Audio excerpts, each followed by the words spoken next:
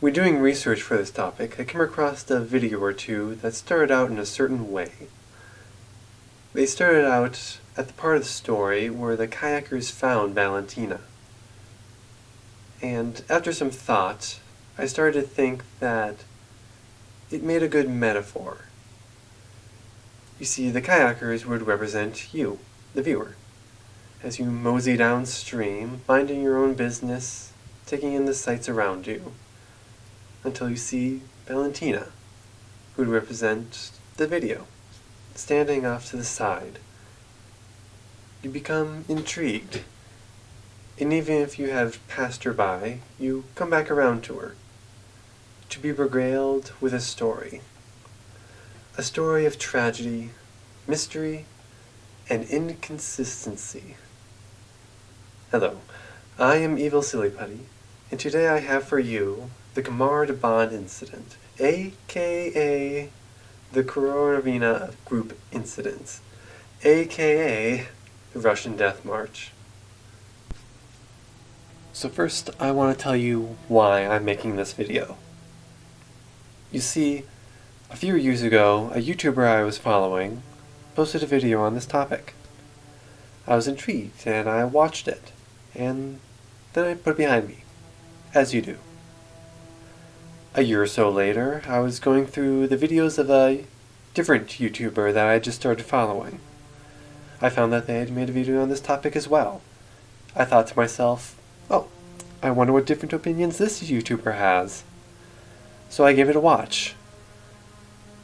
I was quick to find that it wasn't just their opinions that differed, but also their facts.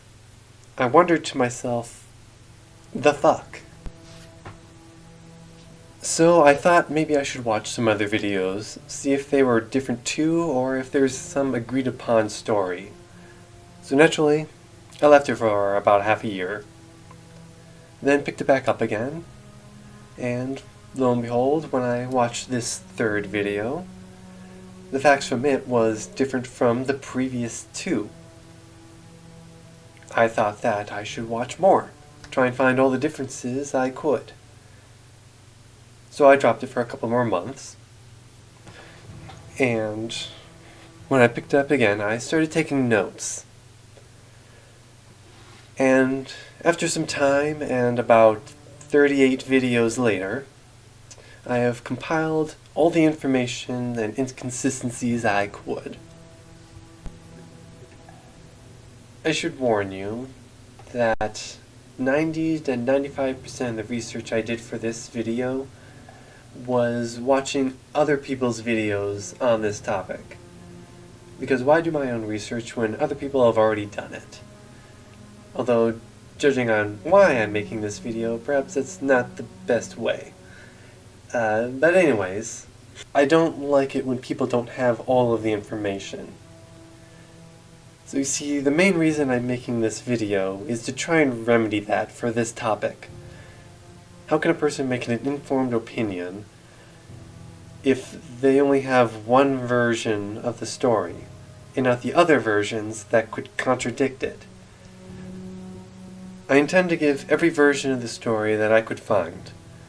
I'm not trying to find the truth of what happened. I'm just trying to let people know that there is more than one way the story is said to go down. So, order of operations.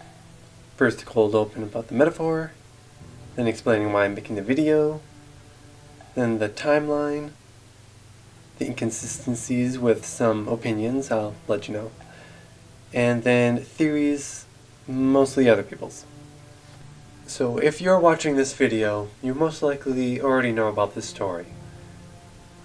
Honestly, someone you subscribe to probably made a video on it, and you watched it, got more interested in it, and searched it up to see if you can find more videos, and probably watched a couple other videos before coming to mine. So, going over the timeline, or the story in general, probably isn't all that necessary. But I too will be going over the story and its timeline. So, how I'm going to go about this is I'm just going to try and mention the things that didn't have any inconsistencies with them.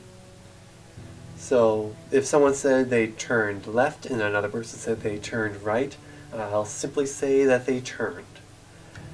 Also, I'm not going to consider a person having a piece of information another didn't as being an inconsistency. As example, if someone said they arrived in town and another person said they arrived in town on a train, I'll just add in the train part.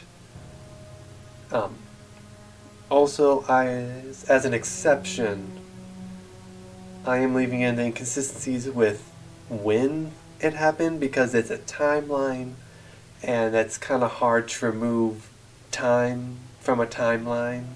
So, that's just the way it's going to be. 1993, August 1st or 2nd. Most say 2nd. They arrive in the town of Maruno in Brutia. I'm probably mispronouncing everything. In South Siberia near Lake Baikal via train from Kazakhstan. Or they go to a different town called Kooks and then go to Marino. And evidently they also meet some fishermen from Moscow. August 2nd is when they start their journey. They are one of 3 groups who are on the mountain at the time. Korovina's daughter, Natalia, who was 16 at the time, is the leader of one of these groups, and they had planned to meet up at least once on the 5th. So the first 2 days go by well, with good weather. Mostly it went better than expected. So their trek was from Maruno to Languti, Gates Gorge, to the highest point of Kanlu, then started down to the pass of Angita and Bagia rivers to make it to the watershed plateau on the 4th. That was all more or less one source I got that from. Some people said they have yet to meet their main goal, which I assume is the peak on Tritonus. Their distance for the first 2 days amounted to about 70k. August 3rd is when the group is possibly collecting golden root. On August 4th is when the Mongolian cyclone comes through. Some say it started on the 3rd, but only got to them on the 4th. But regardless, the 4th is when the rain hits them in its full effect. This includes at least freezing rain and possibly snow. They stopped at a summit between Florets Yagini and Tritonus. Possibly around 4 p.m. the group makes camp in a barren area, the quote, only grass, rocks, and wind area, which was about 2,300 meters in altitude, and they only had 2 tents, or at least only used 2 tents. At this point, it's noted that there was a wooded area, or a forest, about 4 kilometers down, or 2.5 miles down. And there's a structure on top of Tritonus that would have been a 30-minute hike away. Kind of weird that they mention the distance for the forest and the time it would take for the peak. It could have taken longer than 30 minutes, especially in the rain. Really. But, same, whatever. Continuing. The platform or structure, whatever it is, had food, shelter, and firewood. That night they were unable to make a fire. Most people say that. They do set up the 2 tents. Whenever it's mentioned how many tents they set up, it's 2. And it's still raining. August 5th, during the night, At about 4 a.m., there is a malfunction in their tents, or one of their tents, either or. At 6 a.m., there is a second malfunction in one of or both of their tents. And if it's only one of their tents, I don't know if it's the same one as before or if it's a new one. During one or both of these tents, water enters the tents, or tent, getting sleeping bags wet. At 10 a.m. or 11 a.m., Alex, also known as Sasha, complained about being wet and freezing. When it's mentioned the weather is worse, a fire is made in the morning, and breakfast is had. This is either mentioned or it's not, depending on the video you watch. Then they pick up and they head out. Again, this is all between the times of 10 and 11. I have no idea specifically. Both are said. About 10 meters or 30 feet, Alex collapses. It's mentioned he is the strongest of the group at this point. Corvina goes to him, tells others to continue as she stays.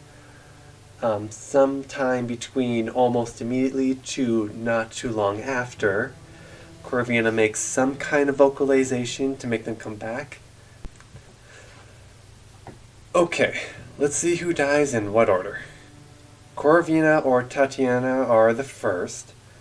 Tatiana most often with a rock.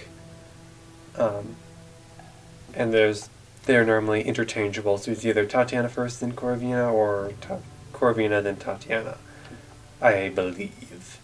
And Tamar and Victoria go at more or less the same time, and last is Dennis. Valentina then runs away an unspecified distance into the forest, so at least 4 kilometers.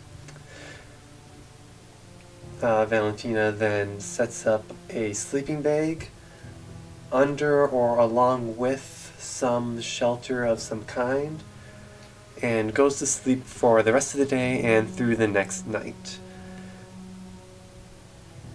Valentina then returns the next morning to the spot of the deaths to collect food and supplies and a map and a compass. Valentina then finds some power lines and follows them down the mountain to a river and finding some other things along the way. Traveling for 3 to 4 days, however you want to interpret that. On August 9th or 10th, Valentina is found by the Snezhnya River by the kayakers. Valentina is then taken back to the police to, I believe, Slydunkia. A search starts for the bodies at some point, most commonly stated as the 24th. On August 26th, the bodies are found by a helicopter. The bodies noted to be bulging, missing eyes, some only wearing leotards, tights, or something of the like, and 3 missing shoes. 3 of them were missing shoes, not just 3 shoes missing. When Corvina's group never met with the daughter Natalia's group on the 5th, they just suspected it was the weather, and they just continued on. The autopsy says, or most people say that the autopsy said that all the 5 students were died of hypothermia, while Corvina had died of a heart attack. They had lung bruises and protein deficiencies. So the Khamar Daban Incident is a story that had to be translated for us English speakers, and it has been retold several times. Each YouTuber that makes their own video tells it in their own way, based off of the sources that they were able to find and basically made a story that they meshed together between everything that they were able to find. Even if they were to use all the same sources, it still comes out differently, just from their individual ideas and what would have happened. Not everyone thinks the same way, so it can make sense on why there's so many different variations on this. For this next section, I have gathered all the inconsistencies I could find, and I arranged them in the timeline-like order. But first, I will go over the general information about the group themselves. There's not too much inconsistencies with that, but I still felt like I should include it. So Valia had like 4 different accounts on what happened. Each one had different and sometimes even contradicting details. Plus there's the one that the kayakers retold, and then of course the one that she's told in the future to the journalist, and possibly another one that she gave to the TV show when she went on to a television show. So, first the info about Ludmila Korovina. I believe her full name, Ludmila Ivanova Korovina. She was 41 at the time. She was considered a master of sport, according to one source. And this is a literal title, as in, like, she had a certificate and everything that said that she was a master. It's not like oh yeah, she was just the master of climbing or something. She's like literally certified as a master. World-class leader, taught in an institution in Kazakhstan, head of the Czechoslovakia Tourist Club, was a single mother. She was considered pretty extreme.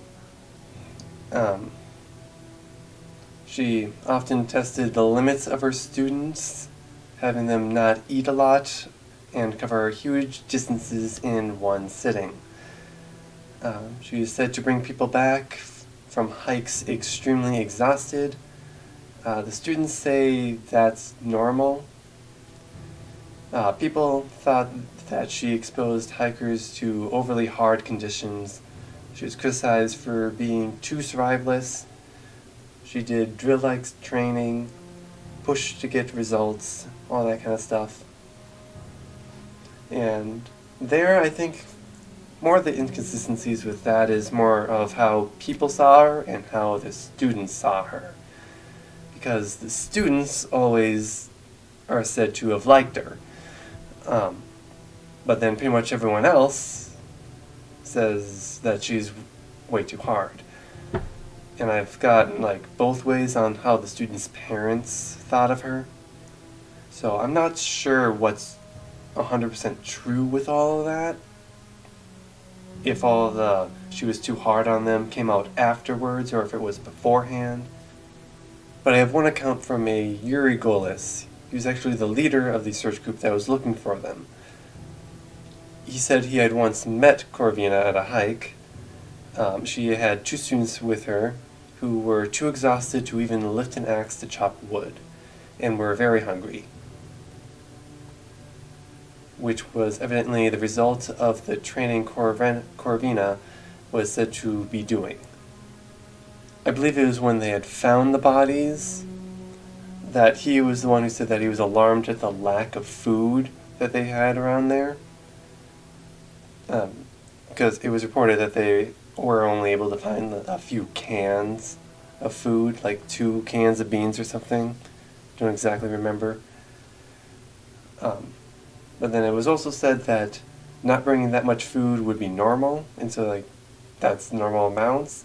Although I don't know if he himself was considering the amount of food that would be normal for a hike when making his own assessment on how much food they had.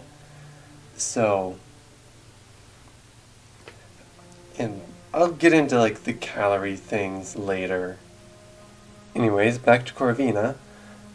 She was said to be meticulous and did a lot of training and prep beforehand. Her students said that she was very motherly to them, like adoptive kids. She taught a mindset, made troubled kids better, worried for everyone. She knew how to unite everyone and make a team magically improve. And lastly, she had hiked this mountain beforehand. I believe more than once. So, the list of people, other than Corvina, who I just went over. You have Alexander, Sasha was like a nickname for Alexander, I guess. Alexander Kristen. He was 21. He was the one Corvina had known since birth, I think, at least for a very long time. They basically had like a mother-son kind of relationship. He'd been doing hikes since age 12. Then you have Dennis Shodkin. He was 19. He'd only joined because someone else's parents wouldn't let them go. Then you have Valentina Uduchenko, who had the nickname of Valia. She was 17. She's the survivor. She had been hiking all of her life, evidently. I'm pretty sure that's not like literal. Calm and collected in tough situations. I feel that's just what she said about herself. Then there is Victoria Zeletova, probably pronounced that wrong, with the nickname of Vika.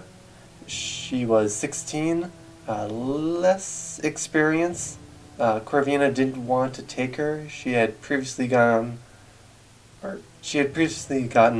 too exhausted and unpredictable and complained during a previous winter hike. Corvina didn't think that she had the stamina for it.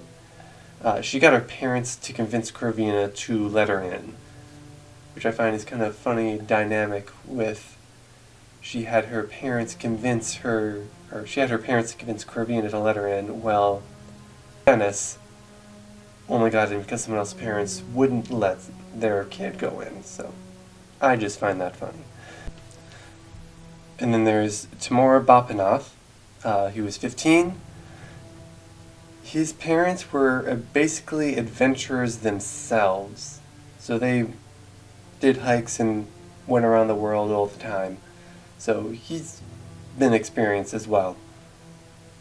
And then Tatiana Filipenko, who was 24.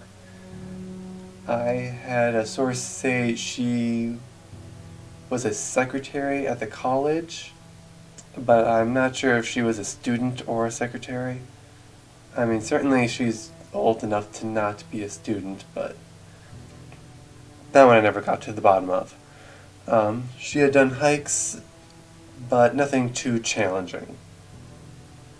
All of them were members of the tourism club. So how difficult was the mountain to hike?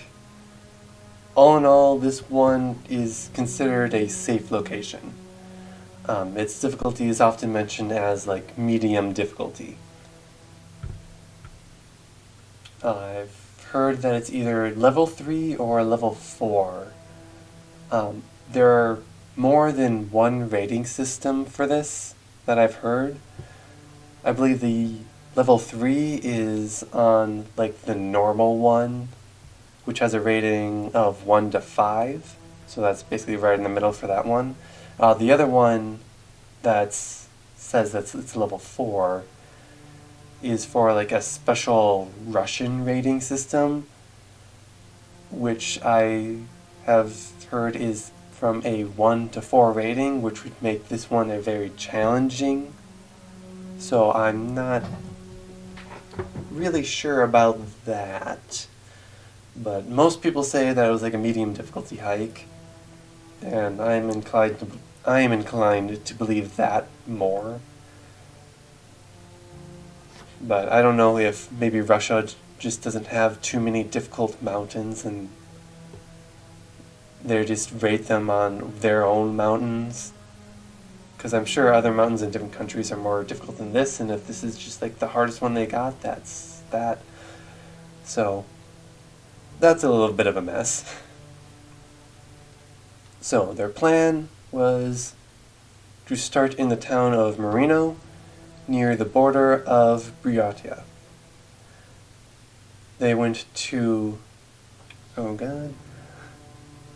Lagustiski. I'm pretty sure I already said that before, and I probably said it better, maybe worse. But they went to that place's pass. And then they descend to the Snezhnya River near Lake. Not sure which lake, probably Baikal, I don't know. Then end in the city of Slovakia. All of it would have been 130 to 140 miles. I only have one source for that. Actually, I think I only have one source for the entire thing. They were only supposed to take to August 7th. So, basically, it was only supposed to take a week. So probably not the worst of hikes. Okay, so, timeline inconsistencies. So first off, the meeting with the daughter Natalia. Most say they were just meeting the one time on the 5th. A few others said they would meet multiple times throughout the hike. Valia's 25-year-later interview made it sound like they were meeting up multiple times. One said that Corvina's group was like the backup to Natalia's group. One source said that they were going to meet on the 6th, but I believe they did stay for a day waiting for Corvina, so that might have been the reason for the mess up on the date there, because then it would be kind of true. Possible reason for the good time that they made the first 2 days is because they took an unusual route. I believe they traveled 70k in the first 2 days. The mountains' names change a lot from story to story. I'm pretty confident on the Tritonus being there, but the others I don't know. They either have, the mountains either have different names or are so close to each other that the names don't really matter. The weather started, I think, on the 4th. I've heard that the cyclone merely hit the town on the 3rd, and then the rain came up to the hikers by the 4th. But some say that it was the 3rd as a whole, and some say that it came as a whole on the 4th. So, but weather-wise, it was around that time. Some say that they made it to the peak, and the rest was downhill. A date given for making it to the peak was the 3rd, but I'm not 100%. Others say they haven't made it to the peak yet at the point, or before they died they hadn't made it to the peak yet, or at least the one that they wanted to. And some made it seem like it was like a combination, like they had made it to one peak, were heading down, and then were heading to a different peak. And this one might just be my poor listening skills or poor note-taking, but I'm not sure when it was that they were actually collecting the golden root. I'm pretty sure it was the 3rd, but it could have been both the 2nd and the 3rd, and maybe on the 4th too, but I'm not 100% sure. I just know that they were collecting golden root, at least Corvina. I don't know if the weather had made them change course, or if they had always planned on the course they went with. I've heard it both ways, honestly. So I'm a little confused on where they were when the rain hit. I know that they were in an open area when the rain hit really bad. I don't know if they were just coming out of the wooded area or if they were ever in a wooded area at all. This kind of goes back to me not knowing if they were coming down from a peak or going up to one. I don't know if they were at a high peak, went down into the woods, then came out, and then it started raining. I don't know if they were just traveling through the woods, and then once they came out, it started raining. But for whatever reason, I do know that they were out in the open while it was raining hard. So everyone says that they took shelter in an open area. There was no deviation from that. I think that was made very, very clear, at least in the reports. I believe the search team found their campsite, which honestly their campsite should have only been 10 meters away, so it should have been very easy for them. So some people did mention that they did have a fire the night of the 4th when they made camp, but most do say that they did not. The 10 or 11 a.m. from back in the timeline when Alex mentioned he was cold and wet was because those were the 2 different times I've heard. Those are also the 2 times given for when they set off in the morning. Though most say it was 10 a.m. for either thing, actually. So, either Alex mentioned right away that he was cold and freezing and then they left right away, or yeah, who knows. Also, the night of the 4th, or the night of the 4th into the 5th, there are tent malfunctions. So the first one is most often said the pipes or pikes got ripped out of the ground. So the ropes tethering the tents to the ground were loose.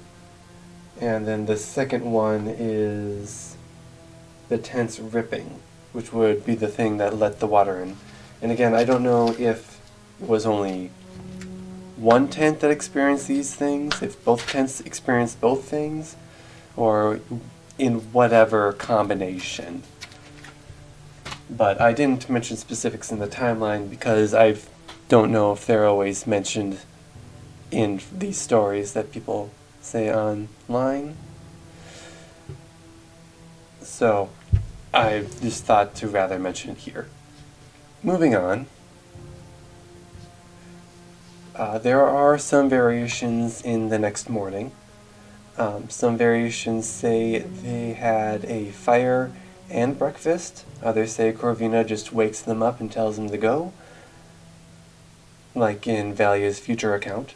Depending on whether or not they had planned to go up to Tritonus, they changed plans to go down instead, or they simply continued on their normal route if that was what their original plan was. Because as I said before, I don't know if they're going up or down. So, Alec dying. Most say a version where he screams, has the symptoms, and falls. The next most common is say that he fell or started to fall once, was helped up, and then fell again. Sometimes they say he had symptoms during that whole falling and getting up thing. Sometimes it's mentioned, like in any version, that he didn't have the symptoms and he just falls. He's also always in the back of the group. That one's a given and everything, I guess. One version says Corvina carried him for a ways, I think after he fell, as the others continued. Valia never said he screamed in any of the accounts I could find. And now the blood and froth. Despite a lot of people saying it came from basically all of his face orifices, I haven't heard a direct quote from Valia saying that the blood came from all orifices. She has an account where she mentions it comes from his ears, and then there's her future account that only mentions it coming from the mouth and nose. I don't think it's right to combine all the accounts into one and say that it all happened. I believe out of her accounts, she only mentioned blood 2 times. The frothing was also mentioned in both those times. His eyes being big and indifferent is also mentioned. Corvina's turn. So the first thing she does is go back to Alec. Everyone seems to agree to that. Next thing she does is to order the others to continue down. Everyone seems to agree with that as well. Most accounts say that they do in fact start to go down. I got one saying that they argued before going down, and one that evidently the kayakers said Valia told them where they did not go down. Now, after, some say that she almost immediately called them back, either to help or just in general to come back. Some say they got down a short distance before she screamed, then they went back. And lastly, some say that after a bit they just came back by themselves without ever hearing Corvina scream. Some say that they go back and start helping, and while the rest of them are dying, Corvina does too at some point. Others say she then has all the same symptoms and then dies, like right when they turn around. We also got claims that she died from a heart attack, so I guess that would look like she kneeled over. All accounts seem to agree that she fell on Alec, though, as she was basically cradling him in most accounts, so that would make sense. So after that, it gets real confusing. For Tatiana, one version says that she took out a tent or canopy and got it set up, either for everyone else or for Corvina. She was also the first one to go up to Corvina, or was at least the closest. So for the death, I guess it depends on how detailed the YouTuber went. Symptoms I've heard she had, other than the blood and froth, included collapsing, clawing at her throat. She was also the one that hit her head on the rock. So for Victoria, in one version, Corvina asks Valia to get Victoria down to the others. This is when Victoria would bite Valia. So I don't think in all of the stories Corvina asks Valia to get her down,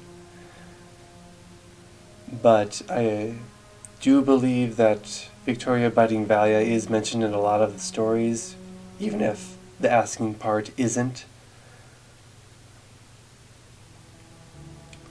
Sometimes that is just the end of the interaction. Victoria bites Valia and nothing else is mentioned about those two interacting. In other versions, Valia then drags Victoria down to the others. Regardless, if Valia was asked to get Victoria away, why was that? Was there something that was obviously wrong with her that Corvina didn't want her there? Or maybe she just didn't want anyone near? Victoria was the one described to be the one to not be able to handle things when the things got tough. So perhaps that had something to do with it. I don't recall anything ever being mentioned that Victoria was doing or acting in some way that would cause her to have to be taken away. That's just like a personal thought of mine on why she would need to be taken away, especially if she was helping. But I guess maybe she just wasn't helping. Or at least not helping well enough. In any case, she's often described as dying the same way and time as Tamar. Sometimes the above-mentioned biting isn't mentioned at all. Instead, she just runs down with Tamar and falls with symptoms. She's also mentioned to be clawing at her throat in clothes, Occasionally, it's specifically stated she's ripping her clothes off. I've also heard vomiting blood. Tamara is pretty much mentioned to be running away with or without Victoria before he gets the symptoms and claws at his throat and clothes, or is ripping his clothes off.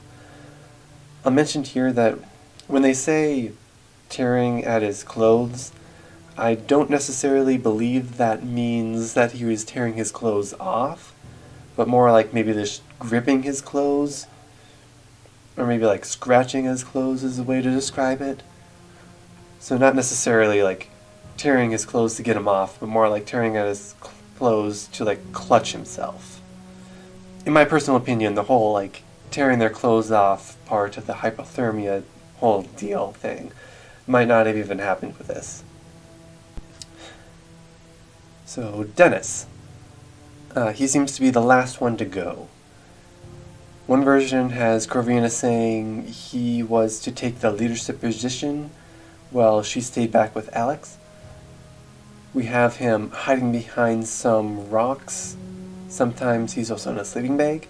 Otherwise, I guess he's just standing around with Valia.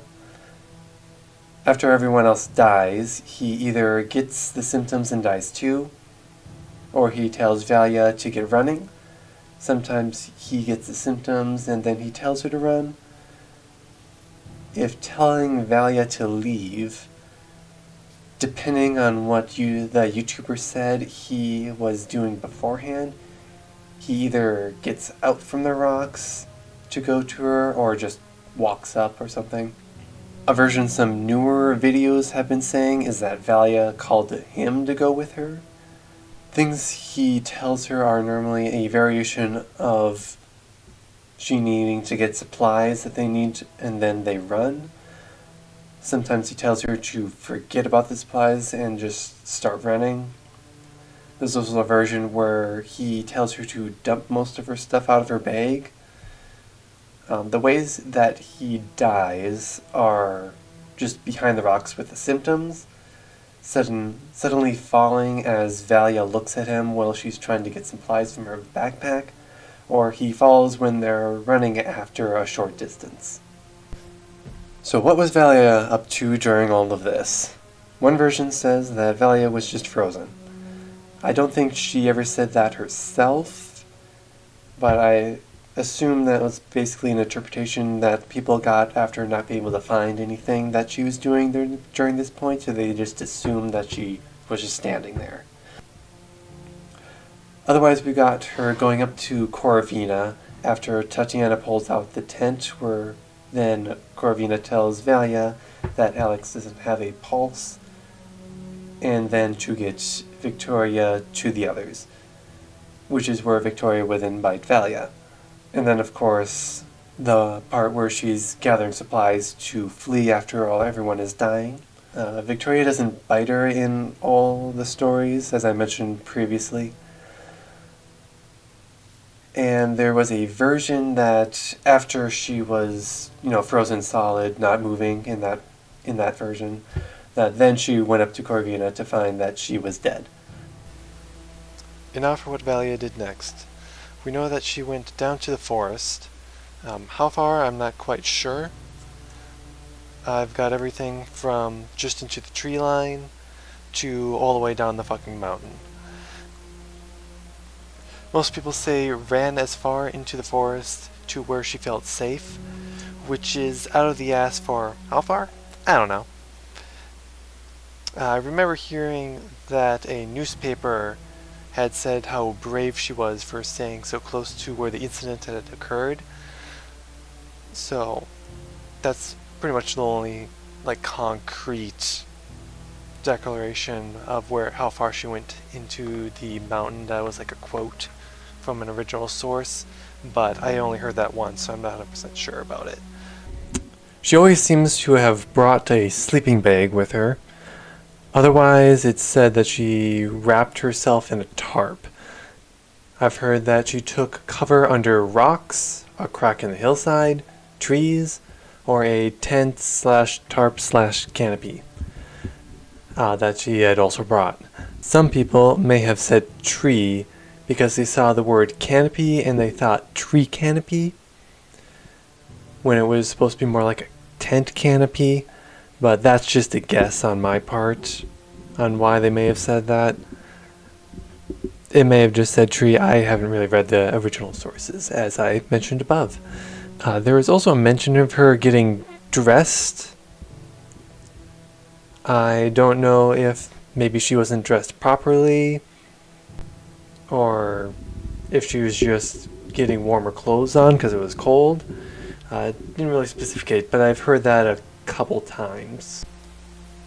Now, I don't know if you caught this with my wording during the timeline, but she said that she slept and woke up in the morning.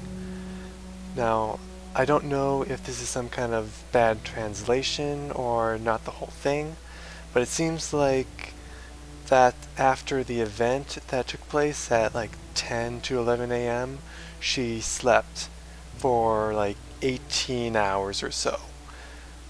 There's an account that said she waited out the storm, which, sure. Or maybe she does just skip the rest of the day because nothing happened. I'm not sure. I assume that most people said she traveled far down into the woods, like all the way down the mountain, to account for that time lag. Also, there are some accounts that mention that there were trees falling during that night. And maybe that could have been why Corvina didn't want them to camp in the trees the previous night, because it was a storm happening and she didn't want branches falling on them. Who knows? Now she goes back to the bodies.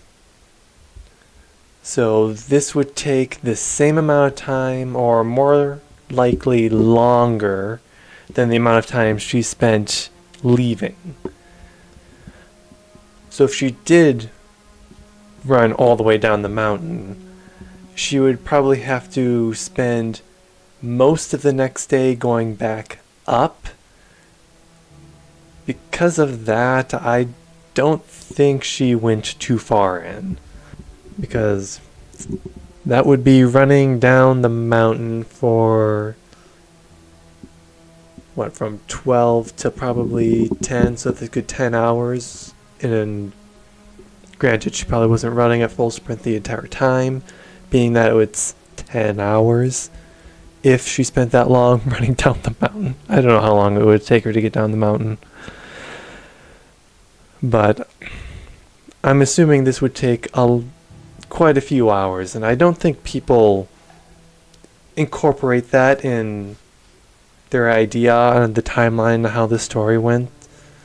Or the impression I get when I hear people talk about the story is that she wakes up and then goes back, and it kind of just, to me, it feels like she gets back during the morning or not too long after, but maybe that's just because of the way I have thought about it, that she was nearby. So, in any case, if she did go far away from them, she wouldn't have gotten back to the bodies probably till the next night. Which, if I put this up, if they die on this day, she runs down the mountain, then that would mean she would not really have traveled at all during the 6th day. Or during the Friday the 6th. Because she would have spent most of that day going back up had she gone all the way down. So I really just don't think she went all the way down the mountain, is what I'm trying to say. So about going back to the bodies in the morning. She always takes stuff, but the eyes closing thing, I think there's some confusion on whether or not she actually had said that.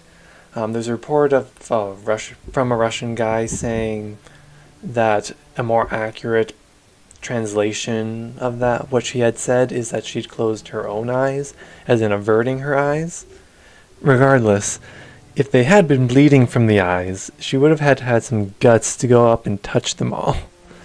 But, of course, they may not have blood from the eyes, so from here, they say she takes 3 or 4 days before she's found.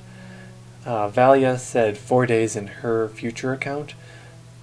The story of her trip down tends to go that she had found power lines or an abandoned relay station and then followed the lines. She then also finds an abandoned village, or at least a group of abandoned buildings. Also that she had trekked down to a river, then found power lines, or vice versa. When she finds the river first, it isn't the Snezhnia River that she was found at. It was normally a different one. I believe she finds the river, follows power lines, then finds that Snezhnia River later on after the village, when the first river is mentioned. Or she finds the village first and then the power lines. She is sleeping along the way throughout all this. She does eventually get to the Snezhnia River. So she was found either on the 9th or the 10th. It may have taken a day to get to the police station, so maybe that has something to do with the discrepancy there. So I've heard every way this woman could have been spotted by the kayakers. We've got she was just standing there, not noticing anything when the kayakers saw her. We've got she was frantically waving and yelling. She was just standing there until the kayakers got close, then she went frantic. She was sleeping at the time. She had laundry or something hanging up. She had her sleeping bag hanging up. One where she was washing her hair in the river when the kayakers found her. And when they asked, she said she wanted to look nice when she died. And then another version of that where she had washed her hair previously before the kayakers found her. And I don't know, I guess she mentioned it at some point. Also, it's about a half and half on whether or not the kayakers see her, pass her, and then come back, or if they see her and go right to her. There are also some reports that she was covered in her own blood, but the kayakers evidently said that there wasn't any blood, or at the very least they never mentioned any blood. There are also some people that said that she was found by hikers and not kayakers, but I think that's just them not having or giving out as much information. As for what Valia tells the kayakers about her experience, I've got everything from she tells them nothing to everything. Sometimes she would try but not be able to. Most accounts, she would just be in hysterics trying to explain. I've got some saying that she wouldn't talk until they'd given her vodka. Some accounts say she didn't talk until they happened across some people from Moscow who were fishing. People that Valia's group had met on the train to the location. The kayakers had helped her a bunch. Evidently they say she had hypothermia. They had given her medicine and food and something to calm her, which I assume is either a harder drug or the vodka. And I believe the Moscow fishers had also helped her out a bunch. Like, they helped her to town, and even evidently had helped her get a ticket back home. I think I've heard that from one source. And what she told authorities pretty much is the same as what she would have told the hikers. Most of the time she's clammed up for a while before being able to say anything. How long varies, but I think she does eventually get something out. Information about the bodies when found. Pretty much everyone says that they had their eyes missing. They were bloated. Somewhere between some to all were wearing light tights or leotards or something of the like. Normally they say 3 were missing their shoes, but others say all or some were missing their shoes. though that's mostly just repeating what I've already said before. There was also something about bodies being found in a different spot on the mountain than where Valia said they were. I'm not sure about this. Whenever I hear that, I don't know if I'm just miss something but I don't connect the dots on why people think that. So for when Corvina's group never showed up for the meeting with Natalia, the daughter's group. Not 100% sure when Natalia learned about the Corvina's group's deaths. I've had a couple say that she did learn about it before she went back home, but I believe most people say that she didn't learn about it until much later, and that she had left without even waiting for her mom to get done with the hike. She did wait at least a day at the meeting spot. One person said that she waited for 2, though I think they were confused on when the deaths happened, as they said it happened on the 6th instead of the 5th, so. For the autopsy, the 5 students died of hypothermia, and Corvina had died from a heart attack, is the baseline for what most people say. The lung bruising and protein deficiency are added in most of the tellings. It is sometimes mentioned that the protein deficiency was caused by malnutrition. The only other way people mentioned the autopsy is that they had all died from hypothermia. I don't think anyone has actually seen the actual autopsy report. I think they're just all parroting each other or a newspaper story that had seen the autopsy or was told about the autopsy. I'm not saying that what people say isn't what the autopsy says. It's just, did the autopsy say anything else? We can't really check it because it's not really available anywhere.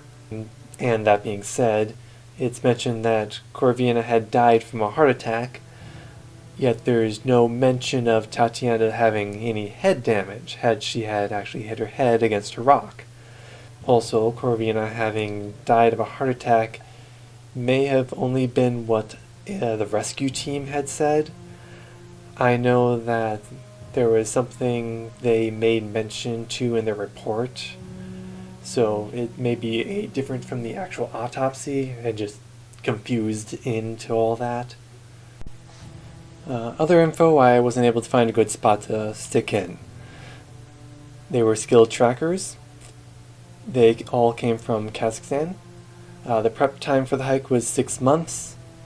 There was a Trinidad Tourism Festival happening at the time.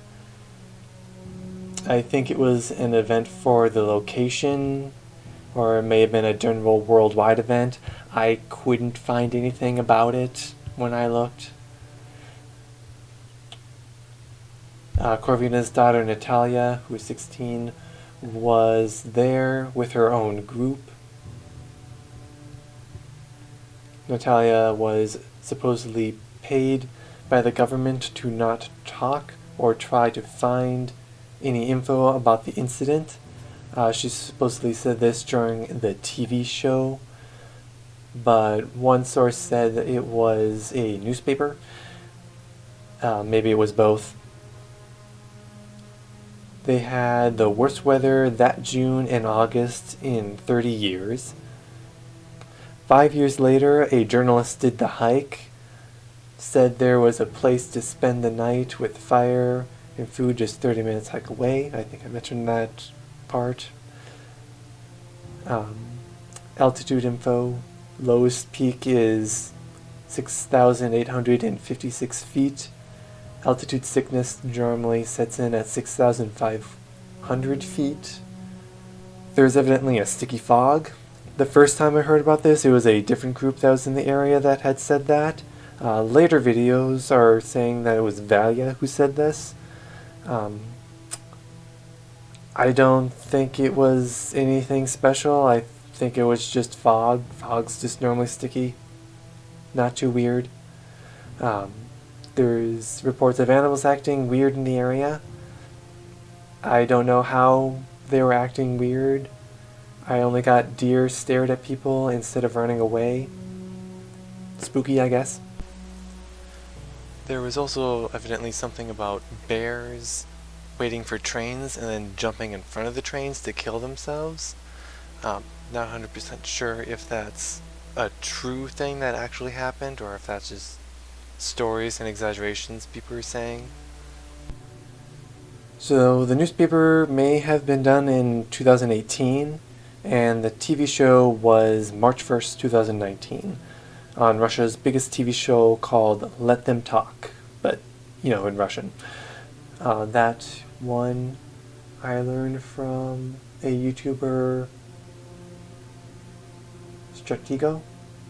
Next is Valia was very insistent that Corvina is not to blame. They are said to have unused dry clothes and sleeping bags.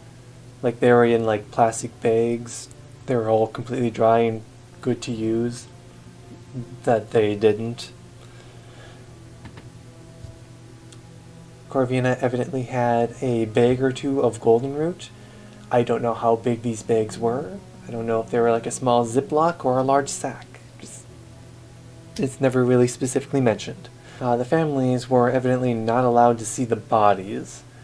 I believe they were actually buried before the families could even come to the funerals. And this includes Corvina's daughter. I had also heard one video mention the entire town where they had the funeral in came to watch it, but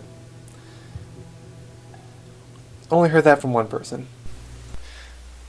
So as I've said before, Valentina gave several stories or accounts of what had happened. I had tried my best on gathering them all. I think most people kind of summarize them, so finding the full quoted thing is hard for each of them. So here's what I could find for them. So the first one I got here I call Story A, which I believe is also her explanatory note. So it goes, on the 4th of August we reached the Krutoy Pass. We went down and hiked through a treeless alpine zone. We would cook our food on a camp stove. At around 4 p.m. we were moving towards peak Tritonus, but it was cold and there was heavy rain, so we stopped at a treeless area and set up 2 tents.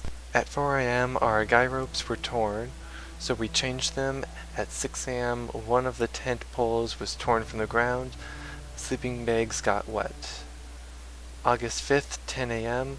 Christian came, said that they were soaking wet and freezing. It was snowing, no landmarks were visible.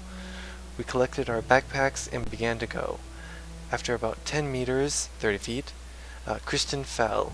Others tried to help him, but he kept falling. Corvina remained beside him and told the others to go down, but then stopped us almost immediately and asked someone to return to her. Tenya took out a tent and the others took cover while I went up to Corvina. Christian's eyes were huge and indifferent. Corvina's took his pulse and said his heart had stopped beating. She asked me to help Vika down, so I went up to her, but she bit me. I dragged her back to the rest. Tatiana began banging her head on the rocks. Dennis hid behind them and climbed into his sleeping bag. I crawled up to Corvina, but she wasn't breathing. Then I tried to get Tamara up. When I realized that no one was moving, I went down to where there were trees. I got dressed and got into my sleeping bag, covered myself with a tent, In the morning, I went up and saw Tatiana, Dennis, Tamar, Vika. Above them were Sasha and Corvina. None of them rose again. So, some points for Story A.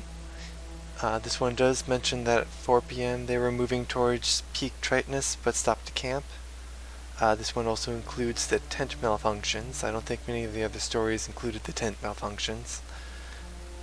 This one also includes Alex complaining at about 10 a.m. before they leave, which I don't think any of the others do.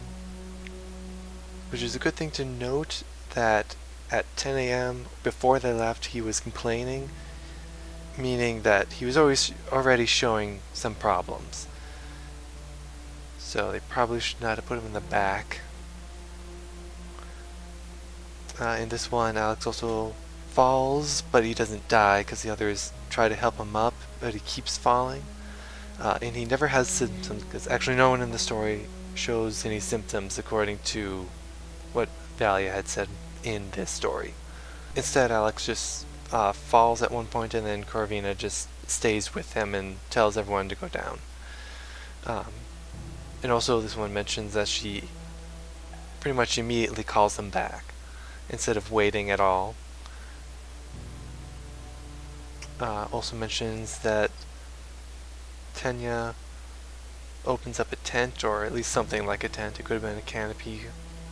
Translations, you know. And again, Alex dies without symptoms. This one also mentions that Vika bit Valia, but it also mentioned that Valia dragged Vika down to the others. It also has Tatiana on the rock. This one mentions that Dennis hid behind them into a sleeping bag, and I'm assuming them would be the rocks because it was right after rocks were mentioned. Also mentions that Valia crawled to Corvina, not walked. And again, Corvina has died, no symptoms. And also Tamar was evidently in a position where Valia would have to try to raise him. And again, no symptoms anywhere, no blood, no froth. It also says that Valia got to the trees. I got the impression that she just went to the trees, not that deep in. She also had her sleeping bag and a tent. For some reason she got dressed, like she wasn't already dressed, or maybe she got dressed into pajamas, or maybe she wanted to get more clothing on because it was cold. And then why wasn't she already wearing warmer clothing if that's the case? That part's a little confusing.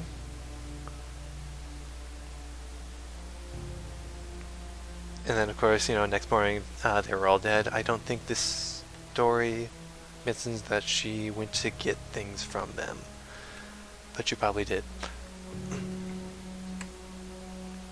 So yeah, this one, all in all, I feel we're missing some pieces with this story, with Story A here. Mainly the parts where evidently at some point everyone fell to the ground, but it's not mentioned how or why. Like, Valia included, because she was crawling on the ground to Corvina. So, something happened there, and we do not know what it was, in my opinion. So, these next 3 stories I have, I got from a YouTuber by the name of Strictigo. Yeah, these 3 versions I don't think I was able to find anywhere else, so I'm not sure where he got them. Then again, I do believe this YouTuber was actually a Russian guy, so perhaps he got them from a Russian source. Anyways, to summarize the first story he put out in his video, And again, I'm not sure if this one is like a mix of stories with just certain details added in, or if this is an actual full testimony. I get the feeling that it's kind of like similar to the other ones where it's just pulling from a couple of sources to make a cohesive story. So,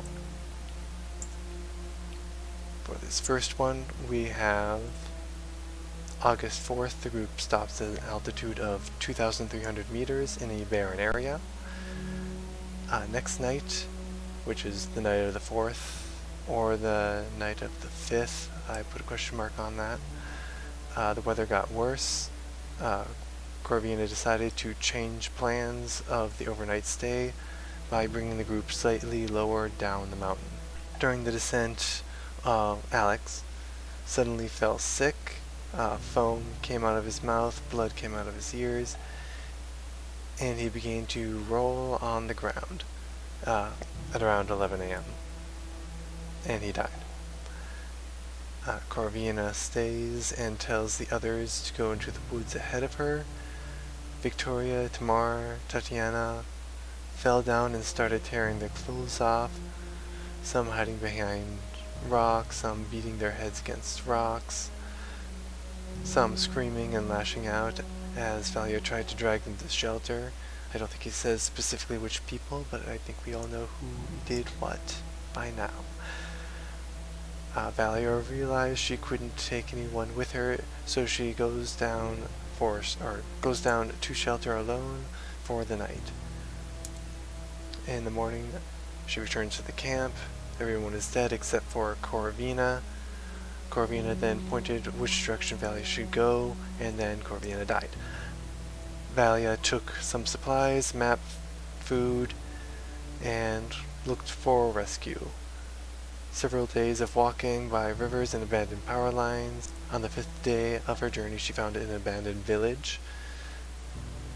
She was found by Ukrainian tourists, eventually, who it took emergency crews another 8 days to find the bodies. So, notes for this story is more or less the same as all the other ones. Major differences is, I believe, where Dennis ends up dead. Because I believe in this one, Dennis would have ended up dead along with everyone else without traveling with Valentina. And then also, the main point of this one is that Corvina was alive when Valia went back. And I have heard a couple of YouTubers say or mention that they've heard a version of the story that says that. But again, I wasn't able to find any original quotes or source for this specific story.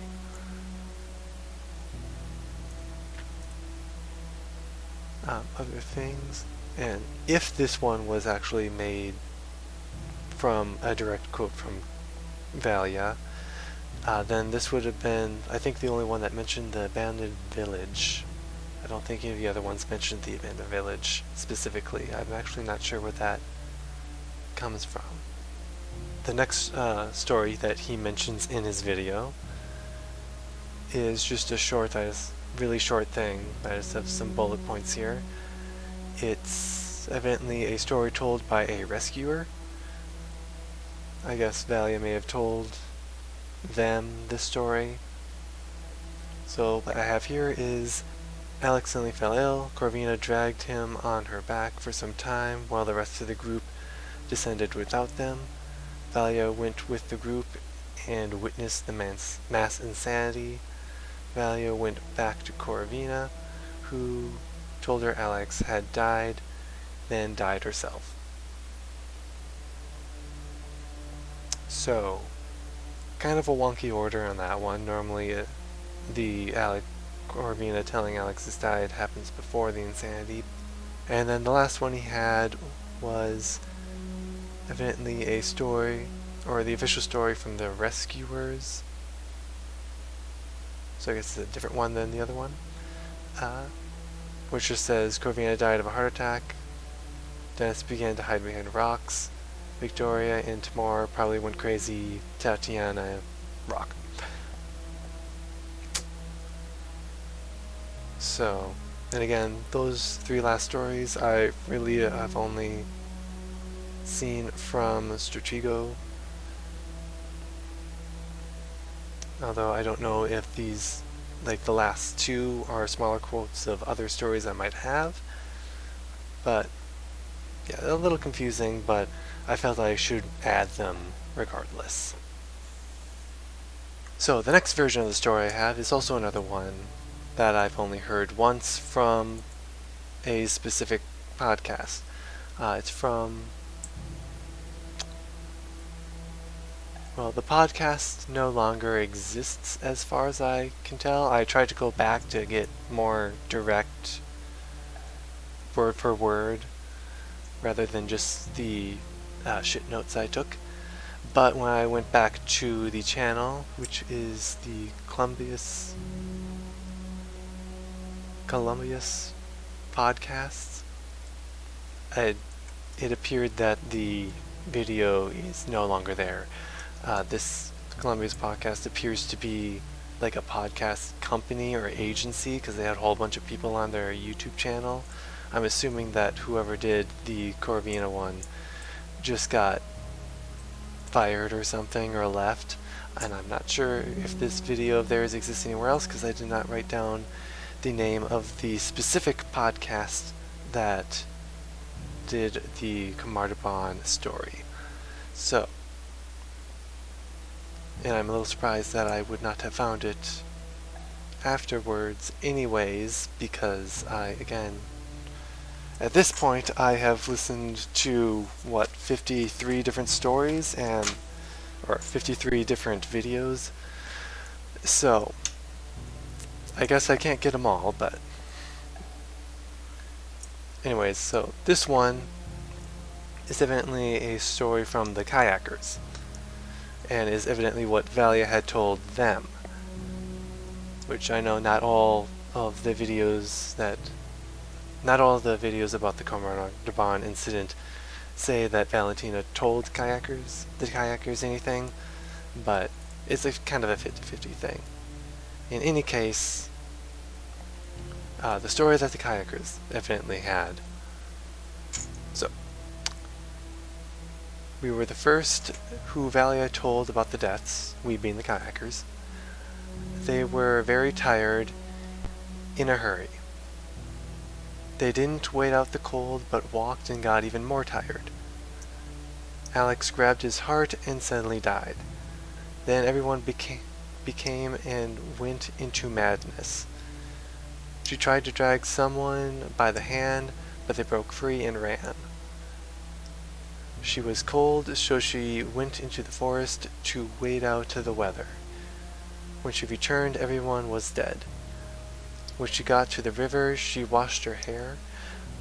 She said she wanted to look good before she died. She was sick, so we gave her medicine. We met another group who had traveled with Valia's group. I'm assuming the group she met on the train.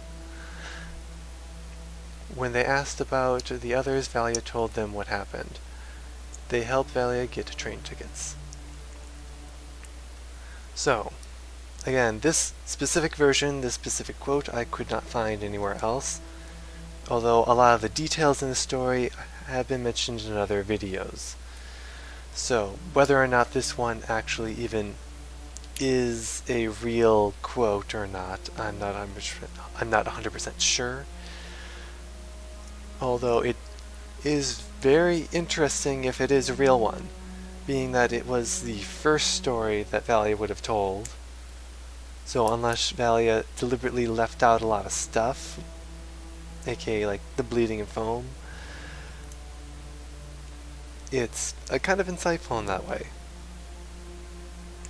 Especially taking into account her other story, the story A I called it, the explanatory note. Also doesn't mention any blood or froth. So, yeah, some notable things in here is, again, I know some people mentioned Alex screamed. This one doesn't say that. He just grabbed his heart and suddenly died. So, unlike some other stories, other than an explanatory note, Alex just up and died instead of falling and having to be carried. I also believe it doesn't mention Corvina's death in here. It does mention that she tried to drag someone, but they broke free. So if we compare that to the other stories, that would be Victoria, I believe, the one who bites her, I would assume. Although in this version, she doesn't bite her, she just breaks free and runs. The going to the forest is pretty much the same as everywhere else. Dennis also doesn't follow her in this one. This one does mention her washing her hair, which I've heard a couple times in some other videos. It also mentions her meeting up with the other group that she had met with on the train. So yeah, I found this version to be a particularly interesting one. If it's true, that is. This next story comes from her account to the journalist when she had that interview, I believe, in the year 2018. Which she does mention a little bit of what happened. Not much. I'm not going to read the whole thing, so just the parts about the specific event. So, the journalist asks that some say Corvina is to blame for the death of the group, and Valley responds, "No way. It was early in the morning, we were asleep. It was very cold. Corvina woke us up, told us to pack our things and go down to the gorge. She was trying to save us. But it was too late. The wind was so strong that we had to crawl down instead of walking. Suddenly Sasha fell and started frothing at the mouth. Corvina sat down next to him, hugged him, and that was it. She never got up again. Then everyone went mad. I don't know how long it lasted. It was like a horror movie. Everyone was falling, bleeding, and foaming at the mouth. Blood was flowing from the nose." The journalist asks, "How did you escape?" To which Valentina responds, "Dennis saved me. He kicked me and said, 'Crawl down.' I went down, but he didn't make it. I climbed into my sleeping bag, fell asleep, or not so much asleep as unconscious. I don't know. I woke up in the morning and went back up." Journalist says, hoping that someone was alive. Corvina responds, "No, I said that they had all died. I went up to take a map and compass. I also closed everyone's eyes. I don't know how I got to this Nesnia River. I remember seeing power line poles and walking along them. It seems I haven't completely gone mad." So that's all I think I need to get from there. So this one, also kind of different from the others. For this one, I think she really only mentions Alex frothing from the mouth. She doesn't mention blood flowing from the noses until everyone else started bleeding and foaming from the mouth. Also, in this version, Corvina just up and dies right away. Or at least that's the impression I got from reading this. Now, she says that everyone falling, bleeding and foaming from the mouth, blood flowing from the eyes. To me, or I guess to other people, I can see how they think that means that literally all the other guys started to have those symptoms. To me, I feel that's more of a, what's the word, hyperbole? I don't know. An exaggeration. It's like say there is a guy shooting a gun, and you would, into a crowd. So say there's a guy shooting a gun into a crowd, and you were telling the story later, then you would say that he was shooting everyone. That doesn't necessarily mean that everyone got shot. I think that's a similar thing to this. Everyone falling, bleeding, foaming from the mouth. I think it's more that some people were falling, some were bleeding, and foaming from the mouth. Or perhaps one or the other, vice versa.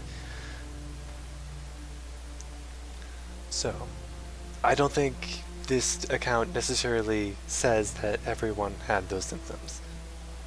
That's my personal thought on that. It also has Dennis saving Corvina by kicking her and telling her to go down, although it does not seem like he follows her in this version, like in some other versions where he runs with her. I think also the note is earlier in the story, she says that Corvina woke them up, told them to pack their things and go down to the gorge. In other stories, they say that they had breakfast. In this version, it doesn't really sound like they had time for that. It sounds like Corvina just told them to get up and go. Maybe they're planning to have breakfast once they get down to the gorge in this version, or something got mixed up in that. Valentina did tell this story in, 2018, I believe, so details may have gotten mixed up in that span of time. And in this one, it is also mentioned that it was really cold. Yeah, she says very cold. So, and I know some people think that they were warm and fine, but evidently it was very cold for them. And then evidently there is really bad wind too. I don't think that's mentioned in any other story. Because he said that they had to crawl down instead of walking. Which is interesting, because then later, because they were crawling down instead of walking, but then Sasha fell from a crawling position. I'm pretty sure that when they say crawl, they don't mean 100% like army crawl or anything. I think it can make sense. Anyways, that is the future account she gave to the journalist. So the last story I have here is from when she went on to the TV show called Let Them Talk on March 1st, 2019. So I had actually had to watch this video. It took me a while to find it. I didn't actually find it until after I started making this video. But I will link the video. There's actually two. I'll link them in the description. Just gotta find them again and reattach them. But the first one is the first video, or the first episode, I guess, is just them going over the majority of the details, some theories, talking to a majority of the people who they found that could be involved or have a say. Like I think some of the rescuers, they got in contact with the two other people who got lost but were rescued alive. I think they talked to a journalist maybe. There's the shaman guy there so that they could go into the supernatural things. But anyways, the second episode is where Valia tells her story at the very end. You have to wait all the way through both episodes till the very end of the second one to get the story. So,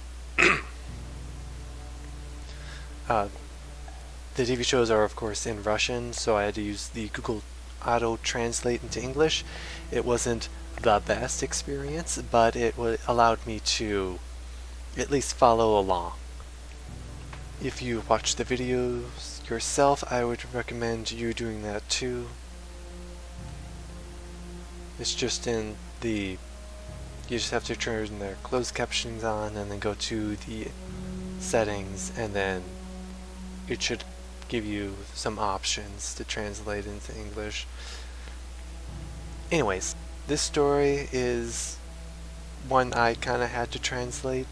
I wrote down verbatim what YouTube said it said in English, and then I had to translate that into cohesive sentences. So I'm going to read my retranslation. So, her TV show story. Last time we got up that night was when Corvina woke us up because there was a strong wind. 5 to 6 of us were being blown around like fluff. I saw Sasha was the first to fall. He was foaming from the mouth and bleeding from the nose. And she, I'm assuming Corvina, was next to him. She stayed to try to help him, but was already blue. After Sasha had fallen, panic began. One ran behind the stones and began hitting their head on them. Someone undressed. They just had such inhuman eyes. They were acting frantic. I don't know. Dennis and I were the last ones left. We tried to bring the others down but couldn't, because they were running and struggling. Dennis and I were crawling over these stones when he began to fall. He had already pushed me down so I could leave. He had apparently already run out of strength. Maybe I would have stayed next to them if he hadn't yelled and screamed.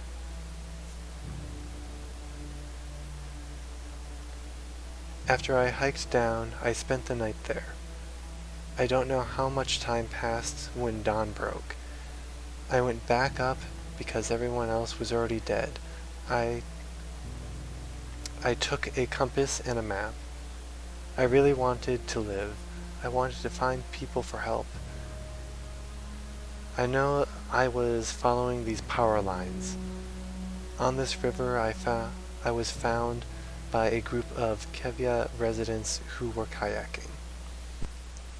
So first off, a few things of how I had to retranslate it because it was a little wonky. When they said that one ran behind the stones, began hitting their head, I guess the Google translation gave the word we instead of one. I'm just assuming they meant one, because that's how all the other stories went. Same thing for when they said someone undressed, the Google translation said everyone undressed. I just didn't think that was quite correct. So for the stone part, it's Google Translate gave we ran behind the stone, hid, then hit our heads on the stone, which I'm pretty sure that not all of them hit their heads on the stone. Then it said someone undressed everyone, so I'm just assuming that that meant someone undressed instead of someone went around and took everyone's clothes off. Also, the Google Translate gave me maybe he would have stayed next to them if you didn't yell and scream, which I assume just meant maybe I would have stayed there if he hadn't yelled and screamed. Again, it's a wonky translation. I'm pretty sure there's someone out there who could watch this and give it a better translation, and I don't know if I've already listened to a video where someone did. It's kind of hard to tell. So, some other points on this one. So this one, again, mentions that it was windy. I don't think the past ones ever mentioned that it was really windy when they started off for their hike. This one does again mention the foaming and bleeding from the nose. Or this one implies that Corvina dies right away. I'm assuming when they say she tried to help him but was already blue, that means that either she went unconscious or died. Also, the biting was never mentioned in this one. Come to think of it, was there a story that the biting was mentioned? Okay, so the biting is only mentioned once in the explanation note, which is interesting. Anyways, back to the main thing I was talking about here. Yeah, so no biting mentioned. Inhuman eyes, that's a thing. I guess your eyes just go that way when you start panicking. It does mention undressing. I don't think any of the other ones really mentioned undressing too much. I have to check. No, I think the other ones kind of just mention tearing at their clothes, but never actually say the words undressing. Yeah, so I think this one replaces the biting with this struggling and getting away. Also, in this version, Dennis does go with Valentina, although I don't know for how long, and it does not appear that he suffers from the symptoms, or at the very least she doesn't say he does. He just keels over. Or gets exhausted and goes unconscious. I don't know. It doesn't specifically say he dies, so just says he stops. Those were all the stories that I could find, all the different versions. I hope you found it insightful to see just how many different kinds of things there are. So as for my own personal thoughts on all these stories, it definitely seems that we have a couple different versions of what happens. We have whether Corvina lives after everyone comes back, or if she just automatically dies. If Tatiana pulls out that or if Tatiana pulls out the tent or canopy, whatever it may be. If Valia goes up to Corvina or not.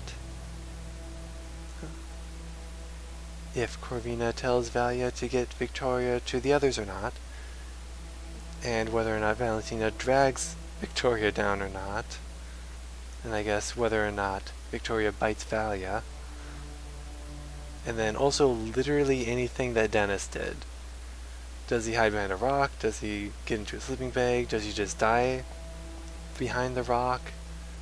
Does he instruct Valia? Does he die after instructing Valia? Does he run with Valia for a little bit?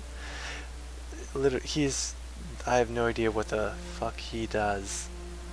I think in the earlier stories, I think it's mostly just him up and dying, but then in the two future accounts, he helped her. So, I don't know if she just didn't want to mention that beforehand, or if that's a new detail, or a lot of things can change in about, 20 years? No, that was 30 years. I'm not sure what things were mentioned in all and not. I think the fact that someone was hitting their head on a rock was mentioned in all of them. Biting was only mentioned in one. Wind was only mentioned in the two future accounts. Dennis being alive long enough to help Valentina in some way was also only mentioned in the future accounts. Was it mentioned that Alex screamed at all in any of these? I don't think so. And I'm not sure if Corvina had any symptoms in any of these stories either. I don't think she did. It is mentioned in all of them that they all went mad. Something definitely happened to make them all go mad in some way, shape, or form. I'm assuming it's just they all panicked. I don't think it ever specifically says how far she goes into the forest. The only mention of it that gave me an inkling of how far she went in gave me the inkling that she went just into the forest line and not that far in. So yeah, there's definitely discrepancies within all these stories. Not everything is always the same. She really only mentions the froth and blood in her future accounts, I believe. Yeah, it's not in her explanatory note. And then I don't think it's in the kayaker story either. In one of the ones from Strict Hugo, it says Alex fell ill, but that's not blood.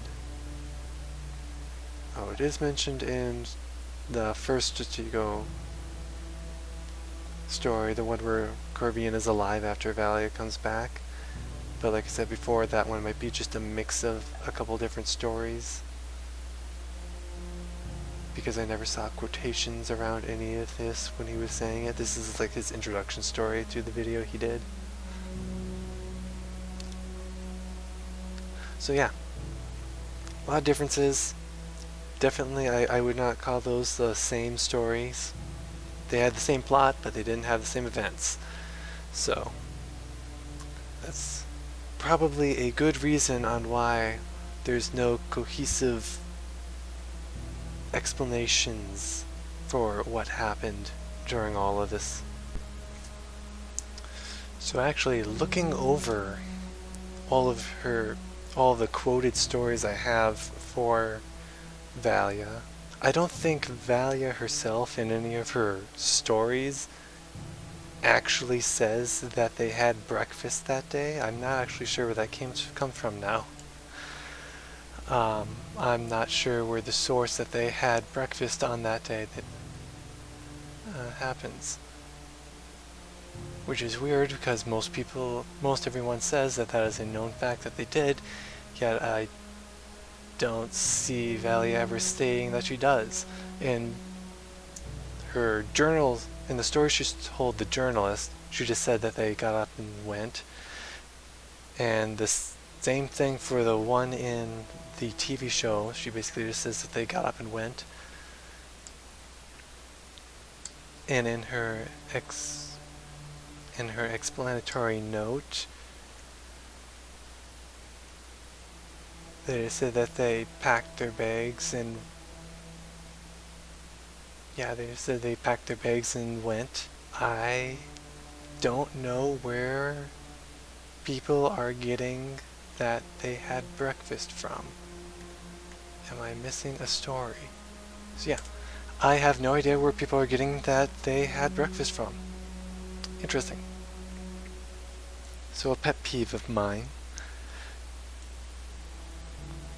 is, I think I've heard a couple times in some of the videos that I've watched, that the person will use the fact that Valia would have had to have gotten lucky in order for said theory to work, and so that said theory could not work. Such as like food poisoning, it would have to be like Valia got lucky that she didn't get or didn't eat any of the poisoned food in order for that to work. But then they turn around and use Valia getting lucky to validate their theory. Like they'd say they were all hit by nerve agent, but Valia just got lucky that she didn't get hit by it. And I don't think that is... And I think that's hypocritical. You can't use Valia got lucky as an excuse to say that theory is not true, but then say Valia got lucky as evidence to say yours is true. You have to come up with something different. It's another thing that annoys me that people do. So next I have the theory section. So everything I've said so far has been kind of scripted, or at least outlined. This video isn't really meant to be about the theories, it's more just the inconsistencies in the actual story itself. So I didn't really make any kind of script or outline for the theories. So for this section it's mostly just going to be me just going off the top of my head what I remember. I'll probably just look at some of my notes too to jog my memory of what crazy theories people had about this. And then I'll also go into my own personal thoughts on these theories.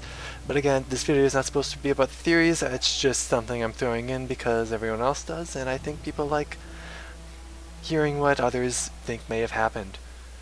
The speculation is, I think, probably the funnest part about theories like this, mysteries, is speculating what happens. And how open-ended this one is, and how mysterious this story is. It draws people in and allows them to really think of theories. So I think I'm going to go through some of the ones that people just automatically dismiss. One being aliens. Generally people just say aliens and they don't really go into how or why. There's also the Yeti did it, which guessing a similar situation with the Yeti. One that's a little bit more logical is it was the Russian government was there and they saw something and so they just killed everyone except for Valentina, but that one's normally just automatically tossed out due to how stupid it would be to leave someone alive. Let's see, what else was there? I think for the most part those were all of the theories that I didn't really see anyone take seriously.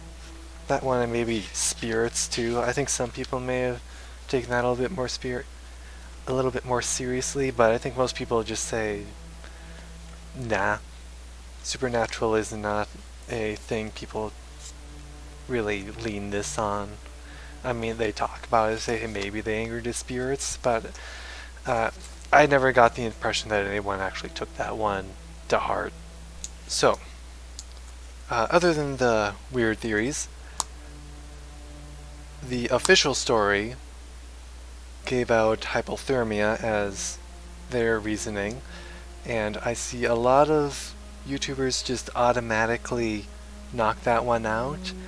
I'm going to go into hypothermia a little bit later, but I personally think that hypothermia isn't taken as seriously as it should. I think it's dismissed too easily by a lot of people. Other than that, I think ultrasound is one. So I believe, according to this theory, the wind from the storm, or typhoon, or Mongolian monsoon, however you want to say it, the wind from that blowing against the rocks in such a way is able to create ultrasound, which has weird effects on people. I think it's supposed to be able to cause the symptoms of like bleeding and confusion and banging your head against something. Not 100% sure. Like I said, I didn't really take notes for the theories. There is at least one YouTuber that really thought it was ultrasound, and they had a pretty convincing argument. Then again, I'm easily convinced. But I think like a lot of the things other people say on why they don't think it's ultrasound makes sense. Mostly that it would be a rare thing to occur, not an impossible thing, but a rare thing. And I'm not sure it would really affect everyone the same way and like that. I don't really have too much to say on ultrasound, but in my personal opinion, I don't think that is the best of theories out there. It's not like one, I wouldn't say it's one to completely rule out, but it's probably not one that's really, it's not high up on my list, I guess. Another theory is basically just poisoning of some kind. There's a couple different variations on what kind of poisoning it can be. There is like the contaminated water, that they all got some water at some water source that just so happened to be contaminated. Russia is not exactly the best at keeping their waterways clean. Lake Baikal, the lake that they're nearby, is a known chemical dumping ground, which for being like the single largest freshwater source on Earth, it's kind of a shame that they're just polluting the shit out of it. Other poison adjacent things would be poison food. Either they happen to get a bad batch of beans, or one of their food provisions just so happened to be bad and they got sick from it, and that caused this, is one thing. And otherwise there's also that they happen to be foraging and they mistakenly got something that happened to be poisoned and enough to kill them, or at least knock them out, which I personally think is a decent explanation. Of course, it would have to involve them foraging, which is not something that I believe is said that they had done for sure. But if they had, there is this one kind of mushroom that evidently a side effect of taking a bit too much of it is seeing other people, or is hallucinating other people bleeding from their eyes. Of course, now that I think of it, a lot of Valia's testimonies, I don't think eyes are mentioned to be bleeding too often. I think most of the time it's her nose. But it is mentioned occasionally, so. In any case, I think poisoning via food is an okay explanation for this, in my opinion. I think it's a better explanation than ultrasound, at the very least. Another popular theory is, actually, I would say it's the most popular theory, is the nerve agent, which most people just jump on the Novichok bandwagon. So Novichok is a Russian-made nerve agent that I believe they made starting sometime in the 1980s, and they at least reported to stop making it in 1993, which is the year that this all took place. This one probably has like the most information on it just because everyone likes it and they really want it to be the thing. So they come up with a lot of explanations on how it can be the thing. The main problem with the Novichok is how it got there. Most people say it was there because the Russian military was testing with it. But then they of course realized that the Russian military testing a secret weapon on a mountain that is very popular with tourists and during a tourist event as well is not really the smartest move, because I don't think any government would think that testing secret weapons in a place where foreigners come often is a smart idea. I can kind of see them testing something near their own citizens. That's been done before. But testing something on foreigners that just so happen to come to your country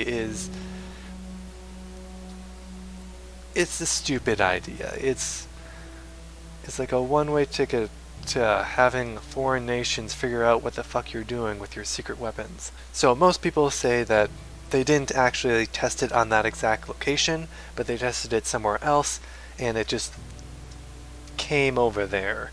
Because evidently nerve agents tend to last a while. And as I've heard a bunch before, it's also water soluble, so the big storm that happened could have moved it to the location. I'll be honest, I'm not 100% sure how being water soluble allows it to be moved and still potent so easily. I'm not a chemist and I don't really understand nerve agents so well or how they interact with water. So I'm just trusting that people know what they're talking about when they say that the water can move the nerve gas.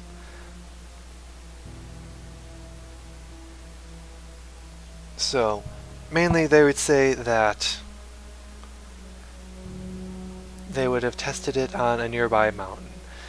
Because evidently someone found a source somewhere that they did in fact test at least Novichok in these mountains somewhere. My main problem with the Novichok is mostly just why it was tested there, so close to this mountain even. I would have tested it on the other side of the lake, in all honesty. And if they were to have tested it on a nearby mountain, I don't think it would have been one of the mountains right near all of them. And being that this is a heavier than air kind of deal and have to go downhill, I feel like it would have to not just go downhill but also back up hills and then back down molecules again to get to them. I don't think they would be testing it close enough for it to be able to just easily go down a hill and get to them. Also, Novichok in itself is evidently a really potent nerve gas, so even like the smallest amount can kill you. So basically, like, a survivor from it is kind of weird. Of course, I did state before that Valley getting lucky is a valid excuse for these kinds of theories, so. But a lot of times how the people explain this is that, like, even the smallest amount can kill you. So, them are also the people who say Valley just got lucky and avoided it, so there's that. And then, of course, there's the people who say that this stuff didn't actually, or whatever the theory is, people say that maybe it didn't actually just kill them, but instead just knocked them out and then hypothermia got to them. There is that possibility. So, something of note is that I do know the Soviet Union fell in 1991. And during that period of time, it is said that some of their weapons went missing, possibly sold on the black market. So it's possible that some kind of poison or a gas of some kind may have been taken, and then whoever had it decided to get rid of it, or maybe even use it in a public area. So they decided to, if they wanted like to just get rid of it, they would maybe decide to go up a mountain and just dump it somewhere.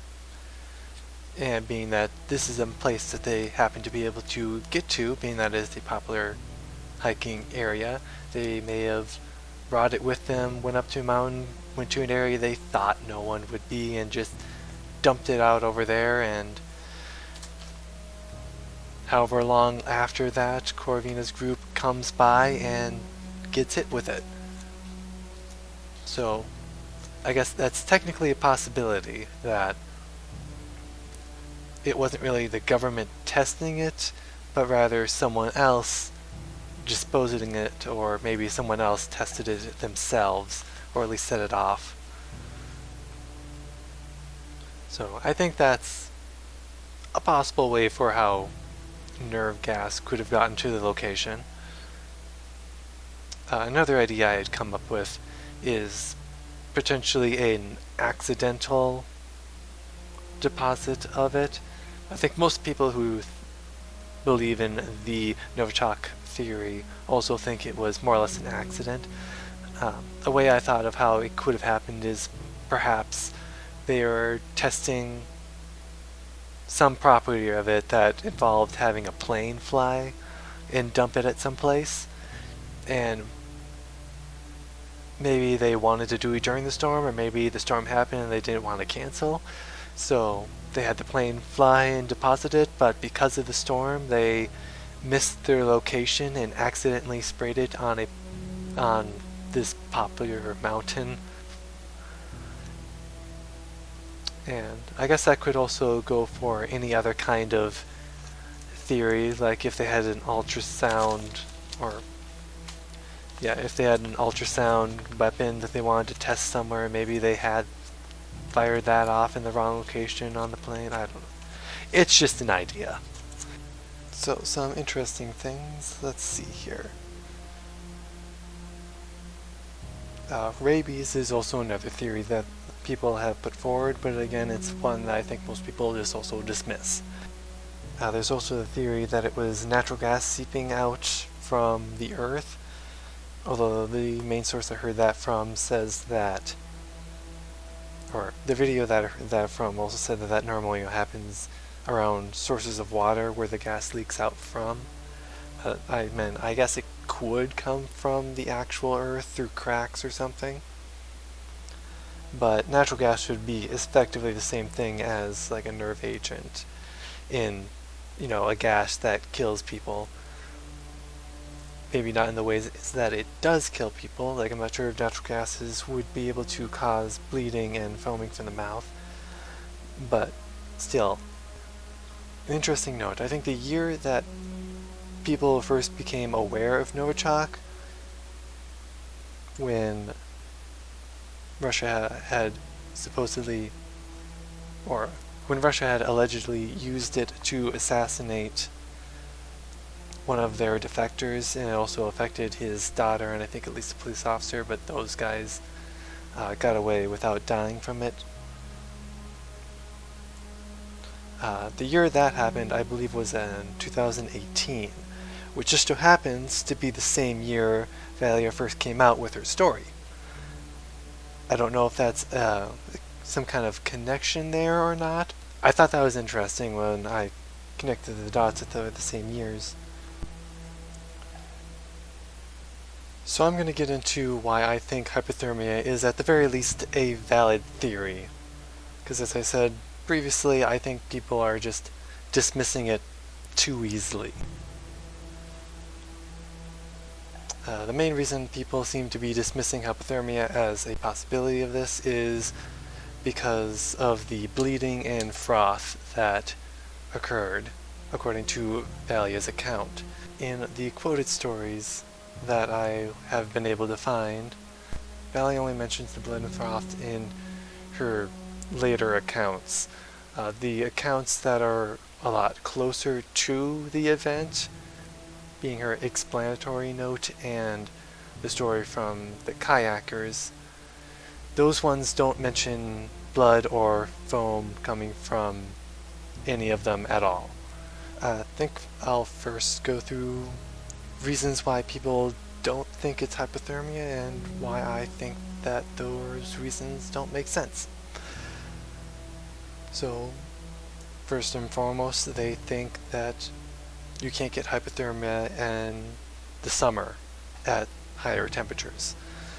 But you can get hypothermia in temperatures up to 60 degrees, even occasionally warmer temperatures, especially if you're wet like they were during the storm. Some people say that they couldn't have gotten hypothermia in just that short amount of time from basically waking up and getting out of their tents because they've only been outside for such a short time. Personally, I don't think being in a tent counts as being perfectly warm. I doubt that a tent could supply a sufficient amount of heat, particularly if the tents had those malfunctions during the night that Valia had stated, in which they had to wake up at least twice during the night, go outside in what most likely a storm or snowstorm to fix that, and then the second malfunction even got their sleeping bags wet, so they were wet inside the tents. And also Valia said that Alex stated he was cold and wet like right away in the morning. So, and if one person was, there's probably more. Maybe. So, all in all, I don't think them being in the tents constitutes them being in a warm environment where they are able to warm up. Personally, I think they would have gotten hypothermia the previous day through their hike through the storm. Another reason, people say that they had a fire in the morning, so they should have been able to warm up. But they had a fire to cook their food, and that could have been a small fire, especially if they were not able to make a fire the previous night and it had been raining all night and then snow in the morning. You're not going to get that big of a fire, especially since they're in a barren wasteland at that point. So any fuel they would have had been brought with them. I don't know how much fuel they would have brought with them, but it couldn't have been too much. And a fire big enough to cook a meal is basically like at least the size of a burner on a stove, which if you're in the cold, in the snow, with a fire that small, I don't think 6 people could have crowded around that fire and gotten warm sufficiently, especially if they're also going around packing up. And in one version of Valia's story, Corvina was basically just told him to get up and go right away, so I don't even know if in that version, if Corvina made the fire and cooked the food and just gave it to everyone without without giving anyone a chance to go by the fire to warm up or not, or if she just said you have to get up and go, but then they spent the time to make food before they left. Just one of those inconsistencies in her story that makes things a little bit more difficult to pin down on what happened. Another reason would be that they couldn't have gotten hypothermia in that short amount of time, which I disagree with, because I don't think they got hypothermia just that day on the 5th right after they woke up. I think they got hypothermia probably sometime throughout the night. Actually, they probably got hypothermia at some point during the previous day walking through the storm. I believe that they weren't getting enough food to heat themselves back up from, or to recover from all the wind and rain or to recover from the wind, rain, and cold. So that probably had a part in all of it. So they're probably suffering from at least mild hypothermia the day before. And then the lack of rest, or they probably didn't get too much rest in the storm and having to wake up at least twice during the night. So lack of food, lack of rest, overexerting themselves during the hike, because honestly, they probably should have stopped earlier, during the storm. Had they made camp earlier rather than waiting till basically the night before making camp. Did they wait till the night? I have no idea what time they made camp. I don't think Valia says what time they made camp. Yeah, I have no idea what time they made camp. It could have been at 6 at night, or it could have been at 12. Who knows? Regardless, I believe they got hypothermia during the storm the previous day. And then they just were not able to recover, or not able to recover enough throughout the night. I think that's partially due to being malnourished. They didn't have enough energy to make heat, to heat themselves. And I believe the main reason why people don't think hypothermia was the cause is mainly the foam and blood that comes from people's mouths and eyes and other orifices. So for this, I would agree. I don't think hypothermia can cause foam and bleeding. Although hypothermia can possibly cause nosebleeds. And I know hypothermia can cause pulmonary edema, which itself causes the foaming. I don't know if it actually causes the bleeding. I don't think it does. So technically, hypothermia could cause a little bit of bleeding and at least pulmonary edema, which would cause the foam. Honestly, I can agree that I don't really think hypothermia would have done that. It could have, but I think those are more on rare occasions. I believe Valia stated that in her own explanations, again, only the ones in the future, she did not state any blood or foam in the more timely stories. Or she didn't state that they were bleeding or foaming from the mouth in the 2 stories that I knew were earlier that are quoted. In her future accounts, the one she gave the journalist, she does state bleeding from the nose, which I believe is something that hypothermia could do. From her account on the TV show, she says bleeding from the mouth and nose. So again, the nose is something that hypothermia could do. The mouth, I'm not sure about. Although that could have been a part of the foam. As in, pulmonary edema could cause foam and bleeding from the mouth, I believe. In all honesty, I'm not 100% believing Valia when she says that they bled from the mouth, ears, nose, or whatever, or the foam part. Mainly because she didn't state those in the 2 stories I know would have been quoted from her earlier on. It's possible that maybe she just left that part out because it seemed outlandish and unreasonable. You go and say people are foaming from the mouth and bleeding from their orifices.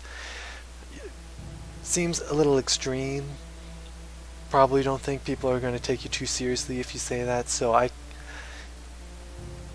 can make sense that Valia may have left those things out of her original stories and only have come out with it later.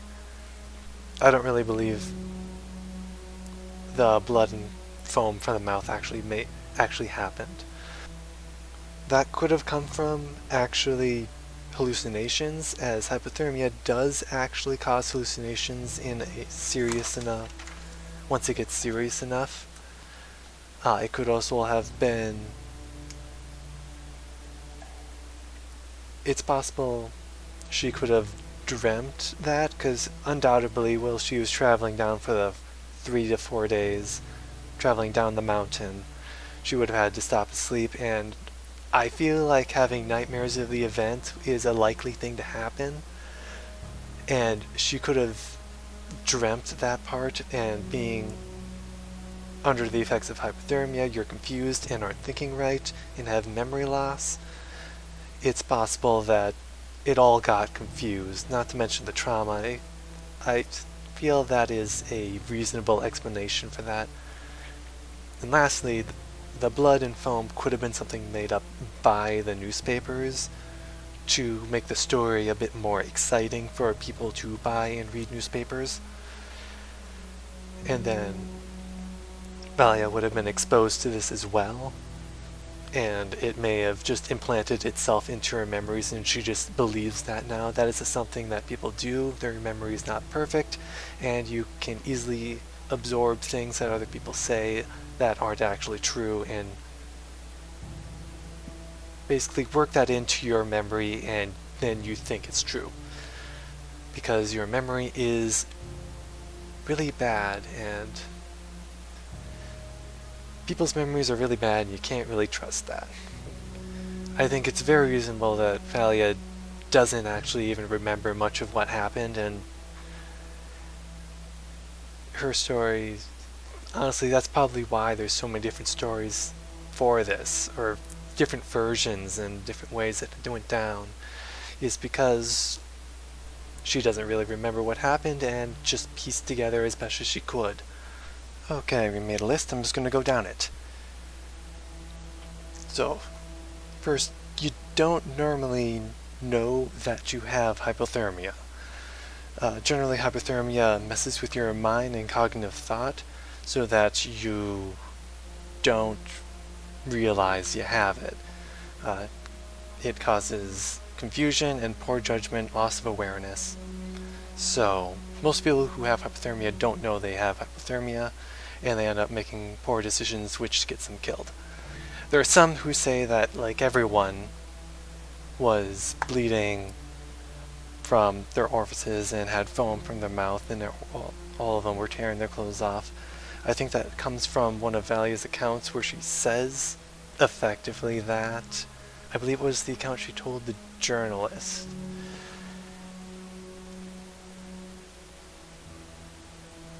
Yeah, it was like a horror movie, everyone falling, bleeding, and foaming at the mouth, blood flowing from the nose. So, personally, I don't think that means that literally everyone was literally doing every single one of those things. It's kind of like if you were to ask a construction worker who's in charge of a bunch of other people. You ask them what they did that day, and it says, oh yeah, everyone was digging holes, cutting wood, putting up the scaffolding. It doesn't necessarily mean that everyone was doing all of those tasks. It's just that the group as a whole did all those tasks, but maybe like just one person was doing each. So when she says that everyone falling, bleeding, foaming at the mouth, blood flowing from the nose, it's pretty possible that really only one or a few were actually doing or experiencing those symptoms. So it's like only one person was foaming from the mouth, and only maybe 2 people were bleeding from the nose or something. So I don't think everyone got those symptoms, if anyone at all got those symptoms. As I mentioned before, I'm not 100% sure I can believe her account on that. So being tired would make you more susceptible to hypothermia. And from most of her accounts, I believe that they were pushing themselves pretty hard, and knowing what most people think of Corvina, that would make sense with how she normally does things. Like, they made more ground than they were expecting to on the first 2 days, and they were trudging through the rain for quite a while. They were quite obviously exhausted and, again, to my opinion, malnourished. And that would definitely make you more susceptible to hypothermia, especially if you're malnourished, because that would make it a lot harder to regain heat because you don't have enough energy to create the heat in your own body. So it's mentioned that Alex falls and stumbles a lot, or at the very least, either it's mentioned that he just collapses, or in that one story it says that he tends to stumble and gets back up and stumbles again, which clumsiness and poor motor functions are a symptom of hypothermia. So that makes sense in that sense. Also, Valia herself never says that he screams. I believe I mentioned that back in the stories section of it. Now, it was also mentioned that his eyes were big, most likely dilated, which is again a symptom of hypothermia. Also, collapsing is a symptom of, or collapsing and going to a coma is a symptom of hypothermia. When she mentions that he didn't have a pulse, a slow heart rate is a symptom of hypothermia, particularly in the more severe sections, which he probably had. And if you combine that with Corvina's fingers perhaps being a bit numb from the cold, plus not much of a pulse, or even a coma that mimics death, is also a symptom of hypothermia. So it would be easy to mistake him as dead and not having a pulse with all of that going on, even though he may actually still be alive at that point. Hypothermia can also give you irregular heartbeats, which I'm guessing irregular heartbeats could cause a heart attack in Corvina's situation, although that one I can't be 100% sure on. So, Tatiana hitting her head on the rock, I think, in my personal opinion, I think that was less of her like bludgeoning herself to death on the rock, and more of her just hitting her head on the rock. I think I mentioned this earlier. I don't think she was actually doing any damage to herself while she was hitting her head on the rock. It was more like if you were to hit your head on the wall, you wouldn't actually like be trying to hurt yourself. You'd just be hitting your head, maybe doing a tad bit of pain to yourself. But I don't think she was breaking bone, or even, I don't think she even was bruising herself that much, in my opinion. Or at least I think that's a possibility for that. And although this one doesn't really fit too many of the things in hypothermia can do, hypothermia can cause loss of voluntary motion, so maybe that was the cause of that. But I think with most theories, kind of just chalk this up to this is just something that she did. Like the Novichok one is basically, oh, she was experiencing so much pain that she just had to hit her head on the rock. the ultrasound one is the same. I don't think any theory actually has a really good explanation for this. I mean, at least hypothermia has loss of voluntary motion. But honestly, she probably was just hitting her head due to the trauma and everything that was going on. It's not really that easy to explain, honestly, but I think it's as explained as any other theory does. Victoria only bites Valentina in one of the stories, although at least someone in the group, or multiple people in the group, trying to get away from Valentina or breaking her grip. That happens in a couple of other stories. So, and again, hypothermia can cause non-compliance and confusion and poor judgment. So that would make sense with hypothermia.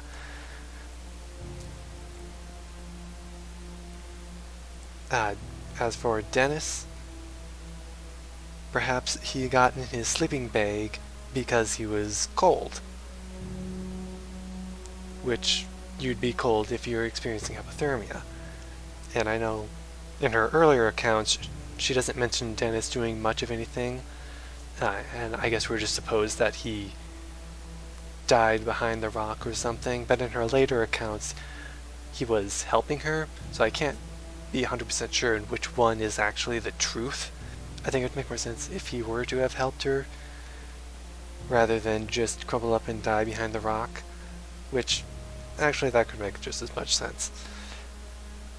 So in either case, I think hypothermia could explain his death as well. Because either he just went behind the rock and stayed there, cuddled up in his sleeping bag, but didn't make it. Or he ran with Valentina, but ran out of energy and just fell over. Just fell over too exhausted to go on, like Valentina said in her account on the TV.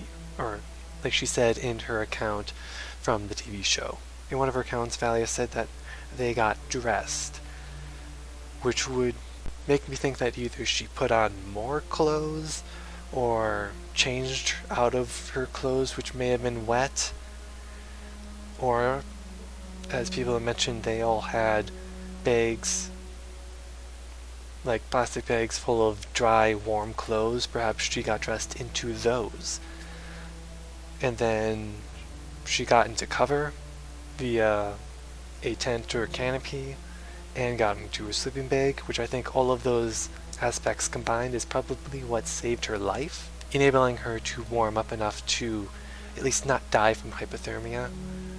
And I believe in one account, or I believe in at least one of the videos I watched, it was mentioned that she had hypothermia after she got down off the mountain and was rescued. And I think hypothermia would also explain why she was able to sleep from effectively 11 a.m. to the next morning, if that's how it went. In that basically she went into a coma but just woke up after that. She went into a coma, was able to survive and warm up, and then woke up. So I have a list of hypothermia systems that I'm getting from a clevelandclinic.org. There's 3 different stages of hypothermia: mild, moderate, and severe. So I'll be going through each of those. So mild hypothermia, which means your body temperature is between 95 to 89.6 Fahrenheit. So some of the symptoms for mild hypothermia are shivering, there is exhaustion, which they were all exhausted, I'm fairly certain, even without having to have hypothermia, I'm certain they're all exhausted. Clumsiness and slow movements and reaction. Valentina did say that they were falling I believe like in her future accounts she says that they're all just tumbling and falling over. Maybe that was more due to clumsiness caused by hypothermia rather than the wind, as she said, or maybe hypothermia made them more susceptible to falling down all over the place. Then you have sleepiness, as I'm fairly certain Valia was pretty sleepy after all. She slept for quite a few hours. Weak pulse, fast heart rate, rapid breathing, pale skin color, confusion and poor judgment, loss of awareness, which I think they were all experiencing, especially Corvina, when she told all of them to go down and then she asked them to come back up right away, if that's how that went down. Because in other variations, either she tells them to come back or she just screams, or they just come back by themselves. But still, excessive urination and trouble speaking, which perhaps some of the yelling could have been caused by having trouble speaking. In moderate hypothermia, which is body temperatures between 89.6 and 82.4 Fahrenheit, you get slowed down breathing and heart rate, slurred speech, a decline in mental function, which again, they clearly were all suffering from a decline in mental function, hallucinations, which I think could be a cause for Valia seeing everyone bleeding and or foaming at the mouth, but possibly not. Decreased shivering. In other words, they stop shivering. Blush color to skin. Increased muscle stiffness. Dilated pupils, much like Valia said Alex's were. Abnormal heart rhythm, which I believe could have been a cause of Corvina's heart attack. Decreased blood pressure, weakened reflexes, and loss of consciousness, which Alex could have had a loss of consciousness in this section.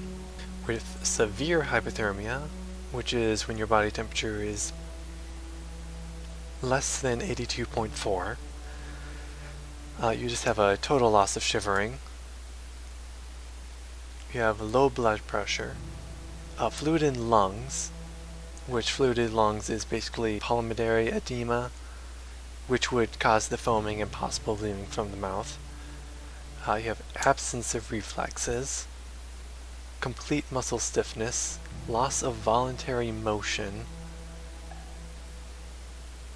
low urine output, heart stops beating, which is cardiac arrest, which might be considered a heart attack, I don't know. Heart stops beating, cardiac arrest is basically just that, it's kind of flat.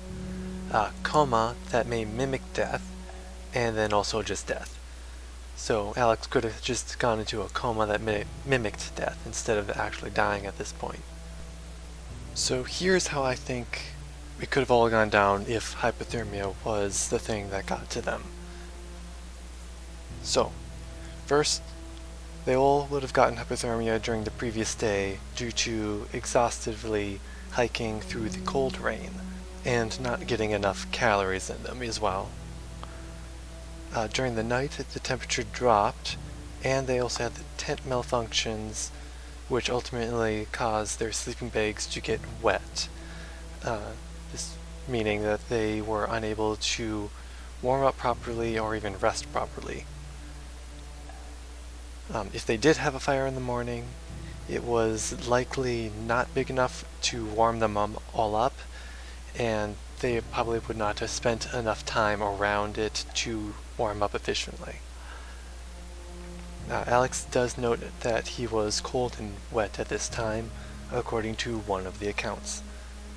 I would speculate that they would have chosen to go down to the woods that aren't that far away, so that they could get into some cover and then perhaps start a bigger fire where there is enough wood around them to start the fire. Because as you remember, they are in an open barren area at the moment. Any fuel for a fire they would have had had to been brought with them. They wouldn't have been able to scavenge around the area. So going down to the forest first, then getting the wood that's in the forest and starting a fire there would seem logical. Or the hypothermia could have caused the poor judgment and they just decided to just go without trying to warm up that much. Then hypothermia would have caused them to stumble down the mountain. As she said in her future account, they were falling over each other. She said, Valia said it was because of the wind, but I think it could have also been because of the hypothermia, making them more clumsy. Alex had it the worst. He falls unconscious while he's down due to hypothermia. A slowed pulse plus death-like coma plus numb fingers caused Corvina to assume that he had died. Also, the dilated pupils, as Valentina mentioned he has, would have also been caused by the hypothermia. The group sanity descends slowly, not all at once. Tatiana hits her head on a rock due to stress and grief. Again, not bludgeon, just hits. Probably not that hard. Victoria and Tamar decide to leave due to poor mental condition from hypothermia. Possibly they both or one of them had the symptoms of pulmonary edema via the fluid collecting in lungs, probably throughout not just this day but the previous day from hypothermia again. Valia would try to stop them from leaving, but they would break free and they end up falling or just lying down. Whether or not they actually go unconscious is up in the air. At some point, Tatiana probably just ends up laying down and going to sleep at some point, as you do with hypothermia.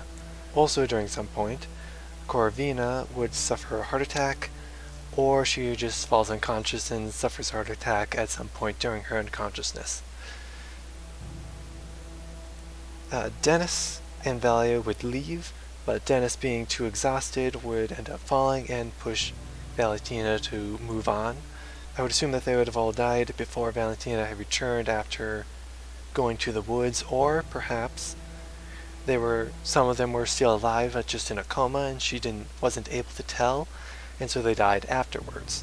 Due to hypothermia affecting Valentina's mind and mental status and memory, things probably got mixed up and a little jumbled. I would assume that in the people who exaggerated her accounts, they write them down, she would look at that thinking that those were her accounts and just assimilate that into her memory. Also, after years of thinking about it to herself, because no doubt she doesn't want to think about it, but no doubt it happens from time to time, she would have cemented some things that were potentially not true, and possibly blanked out things that were. So, me talking about how I believe it could be hypothermia is less of me trying to make you believe that it was hypothermia, and more just to try and convince you to not discredit hypothermia as a possible solution. Because unlike what most people say, I believe it is a valid reason for all of what has happened. Every time I've looked into hypothermia, it's like I come away thinking, yeah, this is probably it. Not that the other theories don't also hold weight. I think the other theories, like the Novichok poison, are just as likely to have been the cause of this. In all honesty, it may have been more than one thing that caused all of this. In my personal opinion, I think the most likely things to happen, I would say, is probably hypothermia, poison, and then nerve gas. I place them in that order due to how easy it is to explain, plus like Occam's razor. Because if you go Occam's razor, it's just hypothermia, and the other stuff that doesn't really point to hypothermia is just false memories or didn't really happen. Next is poison, and that one's one down from hypothermia because it adds an extra step. Because for one, Valentina never mentioned that they foraged, other than the golden root, even though we know that Koravina was a forager. It's possible that they didn't actually forage, but if they did, they could have easily have gotten some poison mushroom or whatever and had caused this, or maybe something else had poisoned them. And then I put the nerve gas in the last section because a lot of its causes a lot of the nerve gas's symptoms do fit the symptoms that they were reported to have. It's just trying to explain how the nerve gas got there makes you go on some pretty convoluted pathways. And nonsensical ones too. Mostly being that maybe true that they were testing it there, although I guess I'm not 100% sure that they actually were testing it there. That information only comes from, I think, like one YouTuber, and then everyone parroted that. As far as I know, they didn't test that there. But if they had, I don't think they would have tested it that close to a heavily populated or heavily trafficked area. And with that being the case, we'd have to come up with a string of excuses on how it could have gotten there. I don't know, I think it's easier to explain how hypothermia could have caused all their symptoms rather than how any kind of Novichok or something could have gotten to them. So I think that's all I got. I spent all the information that I could find. Hopefully got everything.